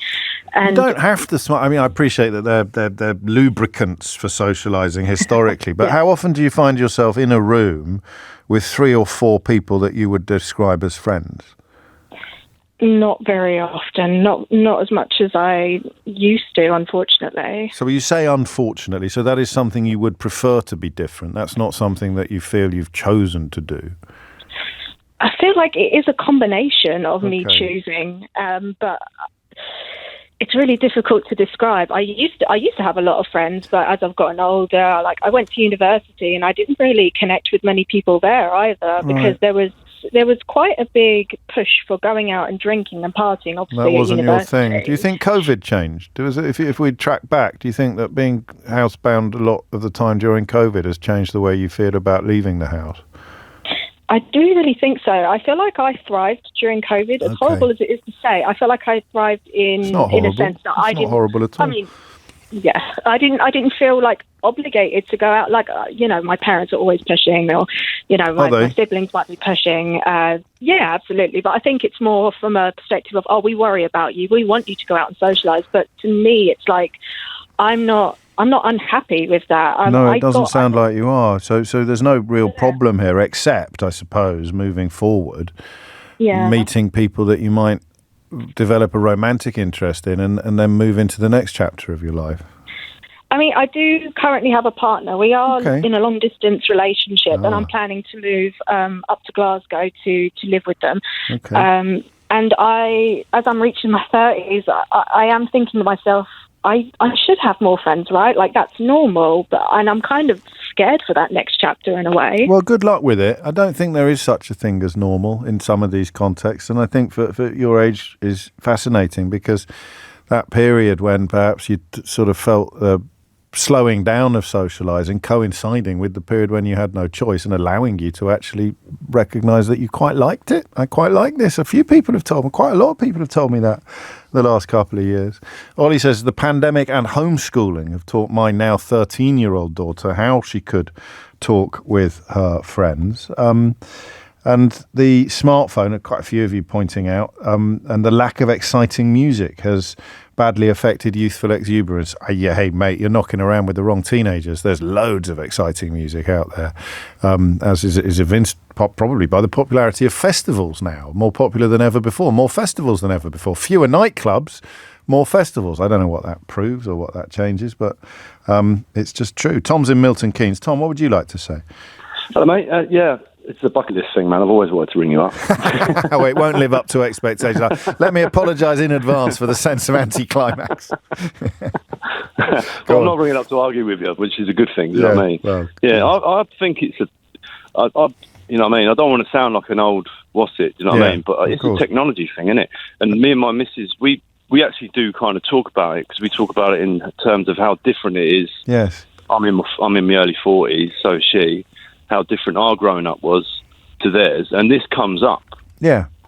Where, and we have an intuitive sense that there's something wrong with the youngster because it's so different from what we did, but it doesn't necessarily hold true. Yeah, exactly. Yeah, like because I was talking to the lady before you, and she goes, "Do you think it's a good or a bad thing?" And I said, "I don't think it's good or bad. It's just different."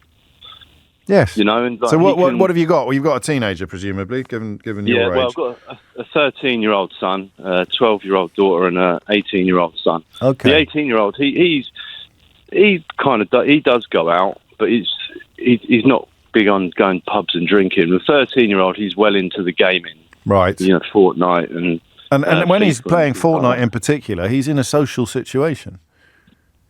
Yeah. He's talking to his mates. Yeah. And they're playing as a team. He doesn't have to go and hang out down the park when it's dark, especially this time of year when it's dark at 4 p.m.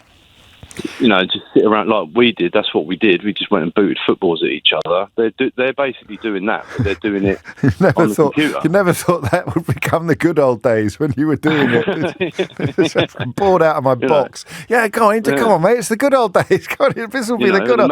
Maybe somebody comes down with a bottle of cider that they've managed to find in the garage. So at least he's not doing. But so there is that element. But what's he missing out on then? What do you think he's missing out on? I don't know if he's missing out on it. I mean, he's still got, he's still got best mates, and you can hear him laughing, you can hear him arguing, and all that stuff that you would do with your mate face to face, they're doing. I don't know if they're missing out on anything. The one thing I will say is we went on holiday last summer, and where we were, there was no signal, no Wi-Fi, but there was Wi-Fi, but it was rubbish. But I would say it did take them a couple of days to get over the fact that they couldn't to decompress. Our generation isn't changing, so it's not as if we are spending like you're 10 years younger than me, so we are not spending less time socialising than people our age did 10 years ago. So our line is steady. It's this younger generation who are doing much less socialising than the people who were the same age 10 years ago. I think I'm with you. The only point at which I begin to worry is when I look at the parallel graph of mental health, and the decline in mental health seems to match pretty closely the decline in the amount of time, or the increase in the amount of time spent alone by these people. But we need to rethink what alone means. Tom, thank you, mate. I told you it was an anticlimax, wasn't it? No, it's great. Oh, all right. Well, I look forward to the next time. It's 12:28. You're listening to James O'Brien on LBC. The time spent alone is strongly associated with lower life satisfaction and even elevated mortality. This is the public health research showing the almost exact parallel of trends in mental health, where rates of mental distress, as we often talk about, are mounting among the young, but not so much among the middle-aged or older. So there is definitely cause for concern here, but we perhaps haven't yet identified precisely what that cause for concern should be. I'm going to return to that well, I don't know if the trial is a trial. There have been 2 adjournments at the court action that was due to begin today. I suggested to Evan Harris yesterday, didn't I, that there was nothing to stop News Group newspapers just adding zeros to the offer that is on the table until Prince Harry agrees not to go ahead with the case. I have absolutely no idea whether that is happening or not, but I can tell you that there have already been 2 adjournments today. We'll catch up with another hacked off person after the news to find out what the very latest is. But that court case still is, I think, due to begin today, but hasn't yet. It is coming up to 12:30. Amelia Cox, how's your headlines? James O'Brien on LBC. 12:33 is the time. You're listening to James O'Brien on LBC. Before we get back to the experiences, for good or for ill, of the younger generation when it comes to that tightrope between loneliness and being alone, I want to return to the High Court, or rather to events at the High Court, where that case between Prince Harry and Tom, now Lord Watson, versus News Group newspapers was due to begin this morning. Emma Jones is a board director at Hacked Off, and also a former Sun journalist. She's been at the High Court this morning and joins me now. We should begin, Emma, with the question of what's happened. Well, it's very interesting this morning. It's shifting sands at the moment. We went in this morning expecting everything to kick off at 10:30. There was a small adjournment, and then came back, and the judge was asked whether there could be another adjournment. By the defence or the prosecution? Well, David Sherborne, it was an agreement between the 2 of them. Okay. So the judge said he was a little concerned about the timing, but he's agreed that if parties can assure him that it will be beneficial, that he'll do that. But he said that this is the last adjournment, so we can at least hope for something to happen at 2:00. Whether that means there's been a settlement or whether that means it's going to go ahead, we don't know. The skeleton hasn't been deployed yet, so everything's up in the air to a certain extent. What do you mean, for the benefit of perhaps less informed people listening, what do you mean when you say the skeleton? So that's the legal argument set out in court papers, which goes through the allegations against News Group. So that's things like the fact that they say Rebecca Brooks instigated and authorised a cover-up following the allegations which led to the Leveson inquiry. They're talking about email deletions. They're talking about widespread criminality at the newspaper, all of which should be investigated if this case goes ahead, which obviously has huge implications for Murdoch and the whole corporation. Well, there's a few other things in that skeleton as well, including the buying off of potential whistleblowers and the current Sun editor, Victoria Newton, being accused of having written articles herself based on illegally accessed information, I think. That's right. Harry's side claimed that she knew that the information she used to write stories was obtained through illegal means, and they claim there was a showbiz hub at the newspaper which regularly deployed private investigators, illegal methods in order to get information to inform their stories and inform the readers. And none of this has been tested before. This goes one step further than phone hacking.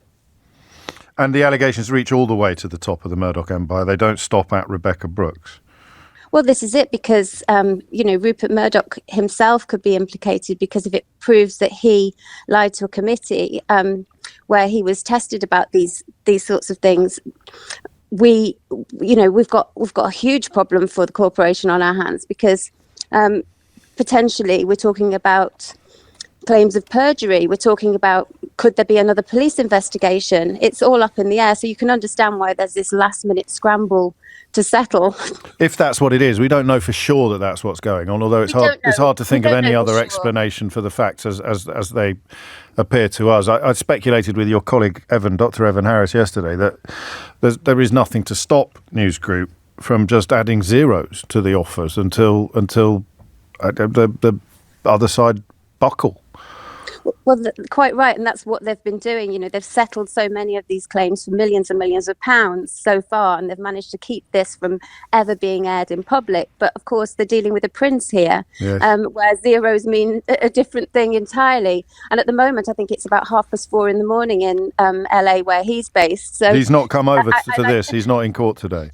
He's not in court today, but I believe he's involved with the negotiations, and I like to imagine he's sort of being woken up every 5 minutes to ask for his... I doubt he's finding it very easy to nod off at the moment. I mean, even with young children, I think he's probably fully awake and fully alert. Is Tom Watson in court? Tom Watson arrived just at the end of the second adjournment. Right. So, yes, he wasn't there this morning, but he looked, serious, grave-faced. Obviously, it's a huge momentous thing for him to be doing this as well, and to be taking this on. It can feel very isolating, especially going up against these people. And it's the complicity of politicians that the Murdoch Corporation have always relied on to keep this sort of thing out of court. Well, nobody knows more about having the Murdoch press come after you than Tom Watson, or indeed Prince Harry, which explains why they're the last two men standing, really, in this sort of case. What do your instincts tell you, Emma? Do you think that it really is too close to court? Yeah. I think this morning I was thinking, right, this is going to settle. Really? The legal teams look very happy chatting to each other, but it's still touch and go, because, as I said before, it's a very unique position that Prince Harry's in. He's a different sort of character. So I think it really does boil down to whether or not they can find a form of words. It won't be about the money, a form of words that satisfy him and keep this thing from being aired. Murdoch is going to be doing his best to make sure that happens. I think Lachlan Murdoch's going to be at the end of the phone coming up with the most romantic turn of phrase he possibly can in order to placate this man. Yeah, so I mean, Harry committed to sunshine, to the full transparency, and the other side, for whatever reasons, desperate for this case not to be examined in court. And I don't know, I'm probably with you now, you've explained it so well. It'd be impossible to imagine the circumstances in which they could agree on a compromise.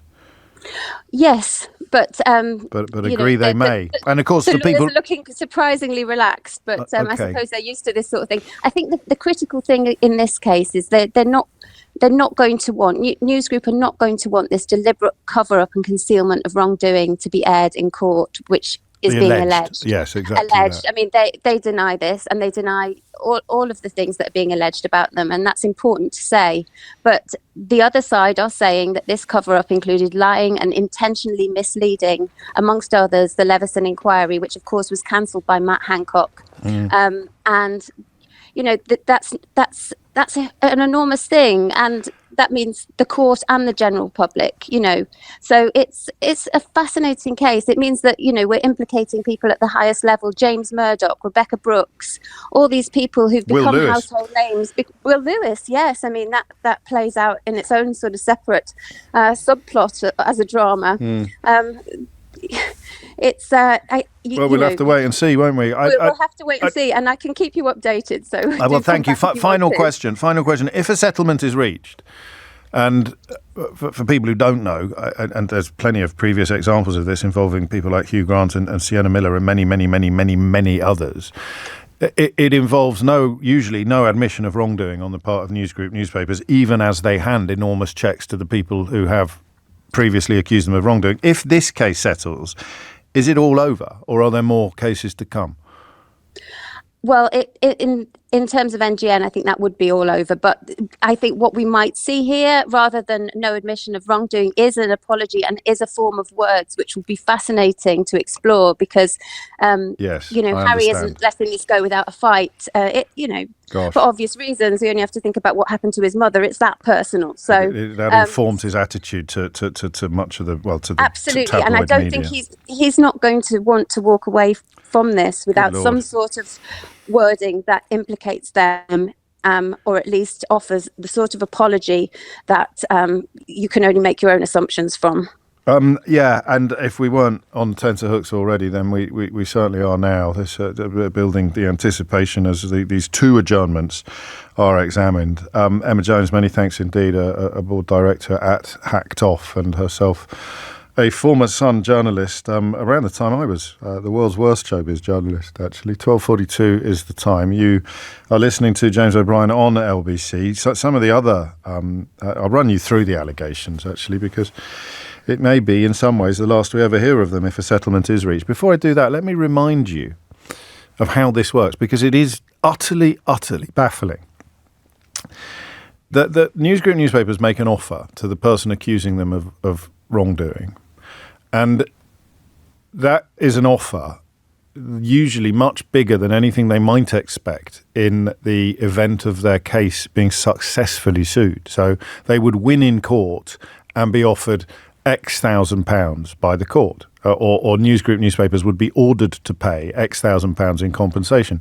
Before it gets to court, and some of these deals have been struck on the steps of the court itself, not even metaphorically.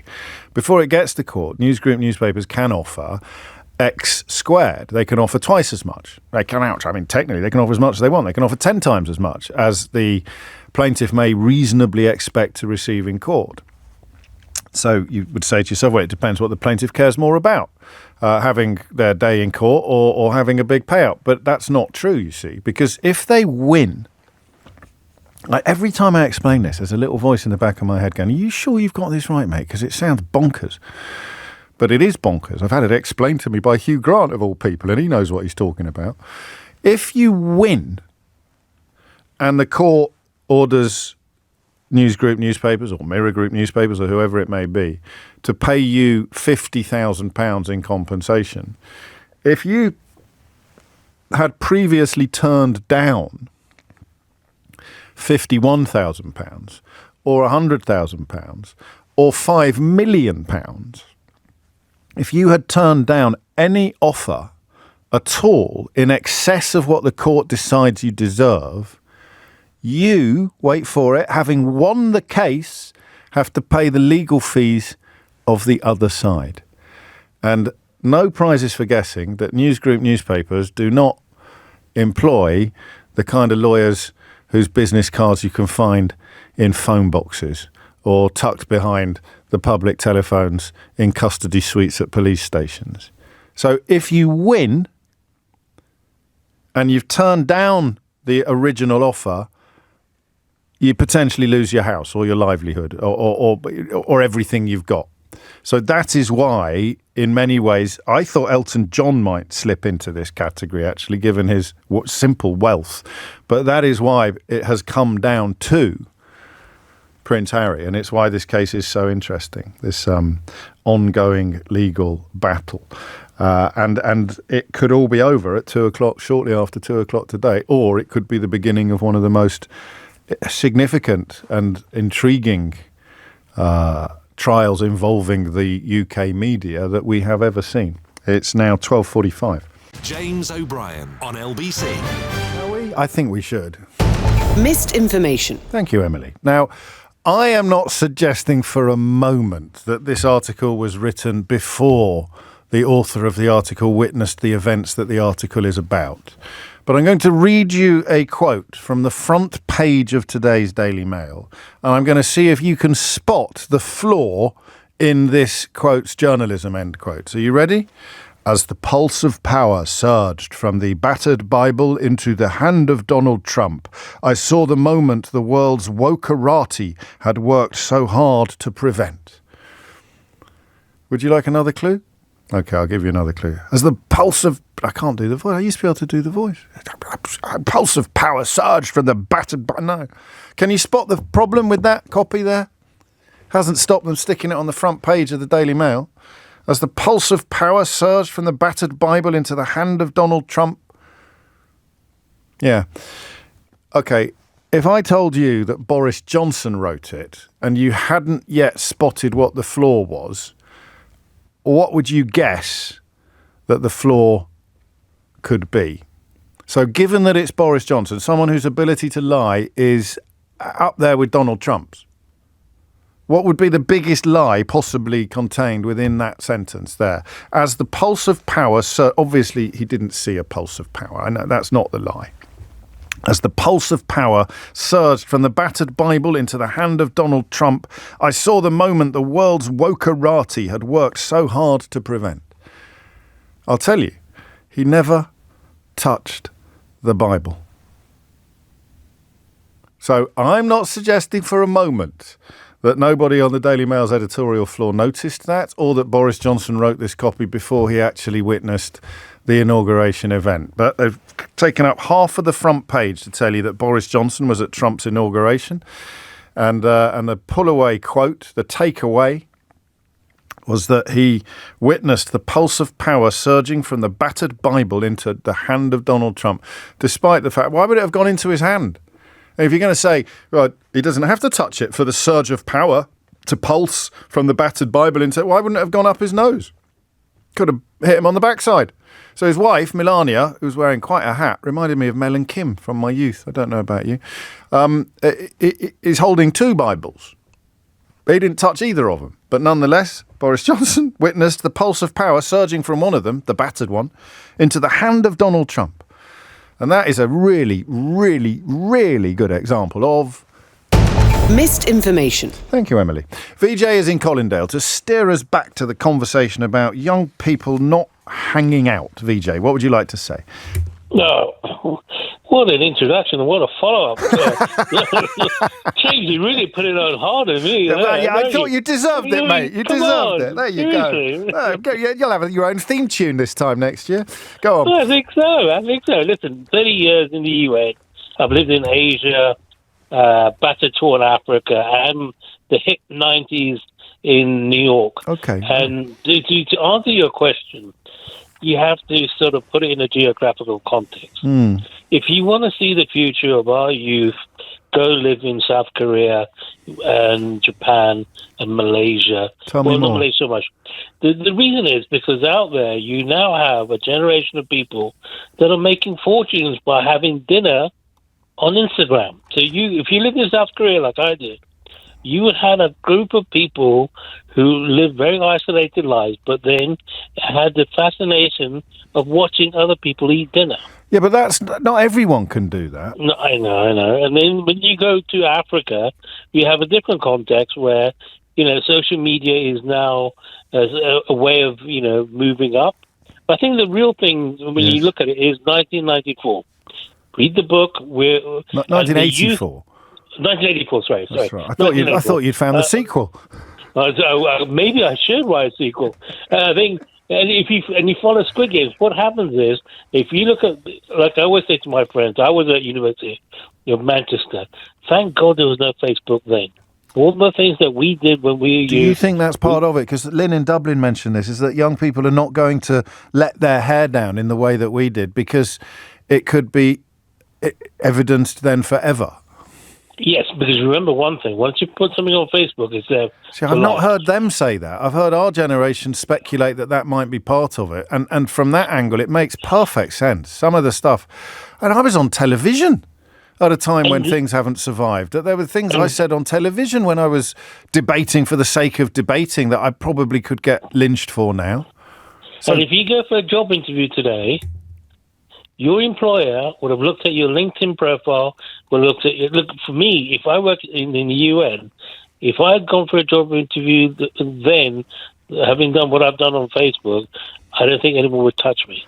Yeah, and that so that might explain... Well, it probably does. And do you think it's conscious? Do you have young people in your life? Do you think it's conscious that they're worried about this? Yes. I don't have to look too far.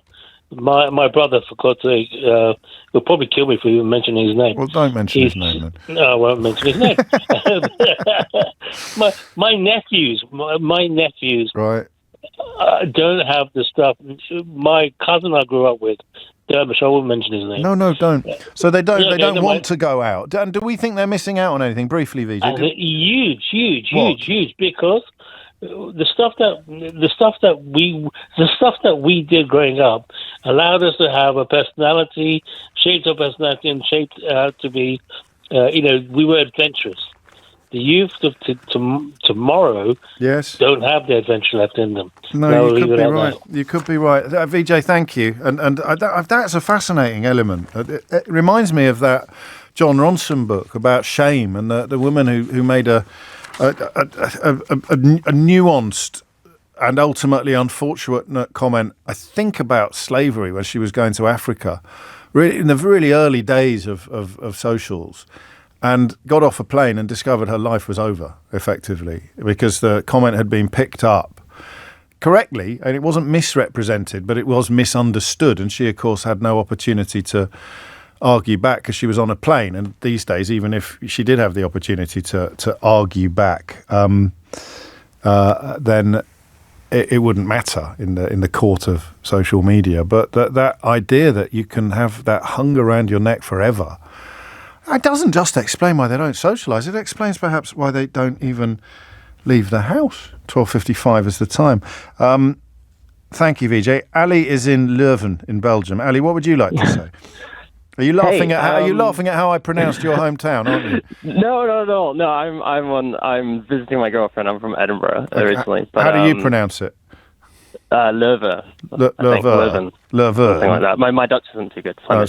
All right, carry on. What made you pick up the phone? Yeah, so I can come at this from a slightly different angle. I'm 23 years old. Middle class white guy from Edinburgh, and I game quite often with my friends.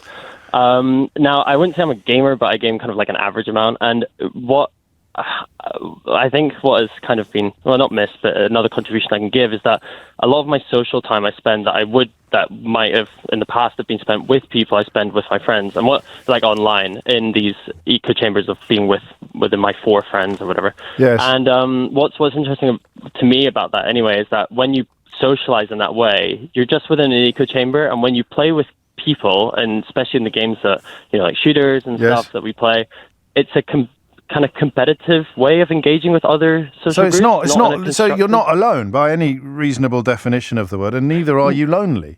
It's just not at all. It's just different, and it's socialising. It's actually hanging out, albeit physically, not physically. I don't know, Alex. Ali, sorry. Enjoy the rest of your stay. How often do you find yourself in a room physically with, say, 3 or 4 friends? Once every 2 weeks. Yeah, see, now the pendulum swings back again, and I find myself thinking, you're missing out on something there. But are you? I mean, maybe I was missing out on something by not having games as good when I was your age as the ones that you have now. A lovely message from Idiot's Corner. Listening to James O'Brien shed tears over Donald Trump being democratically elected by the American people fills my heart with joy, writes this anonymous texter. Hey, you take your pleasure in this life wherever you can find it. And if your life is reduced to taking your pleasure from that, then you fill your boots, mate. Seriously, tune in every day for the next 4 years. There'll be plenty more where that came from. And speaking of there being plenty more where that came from, I think for the first time ever, a missed information second part. Missed information. So I'm not suggesting for a moment that Boris Johnson filed his copy from Donald Trump's inauguration before the inauguration actually happened, and opening with the line, as the pulse of power surged from the battered bar. I'm not suggesting for a moment that it arrived at the Daily Mail while Boris Johnson was either asleep or on a plane, and meant that people who had seen the actual inauguration and seen that the hand of Donald Trump had never actually touched the Bible had to doctor Boris Johnson's copy to take in the fact that his hand had never touched the Bible. I'm not suggesting for a moment that some poor soul on the sub-editor's desk had to somehow try to turn an article describing an event that never happened into an article that described an event that did happen. But I can tell you that the first line of Boris Johnson's article, a line that I'm not suggesting for a moment wasn't written by him, but was instead written by someone completely different back in London while Boris Johnson was either not answering his phone or in bed. The first line on an article that tells you about what happened when Donald Trump touched the Bible is this: never mind whether or not he actually touched the Bible. Missed information. Not for the first time. The Daily Mail plumbing new depths of dismalness. That's it from me for another day. You can listen to everything that happened on today's show on Catch Up on Global Player, where you can also pause and rewind live radio, as well as listen to a range of podcasts, including, wait for it, all together now, the brand new James O'Brien Daily. Some, if not most of the best bits of this show in 60 minutes, neatly packaged for you every day. Download it now for free from your app store or head to globalplayer.com. Coming up at 4 on LBC, it's Tom Swarbrick, but now, standing in for Sheila Fogarty, it's Vanessa Felt. James O'Brien on LBC.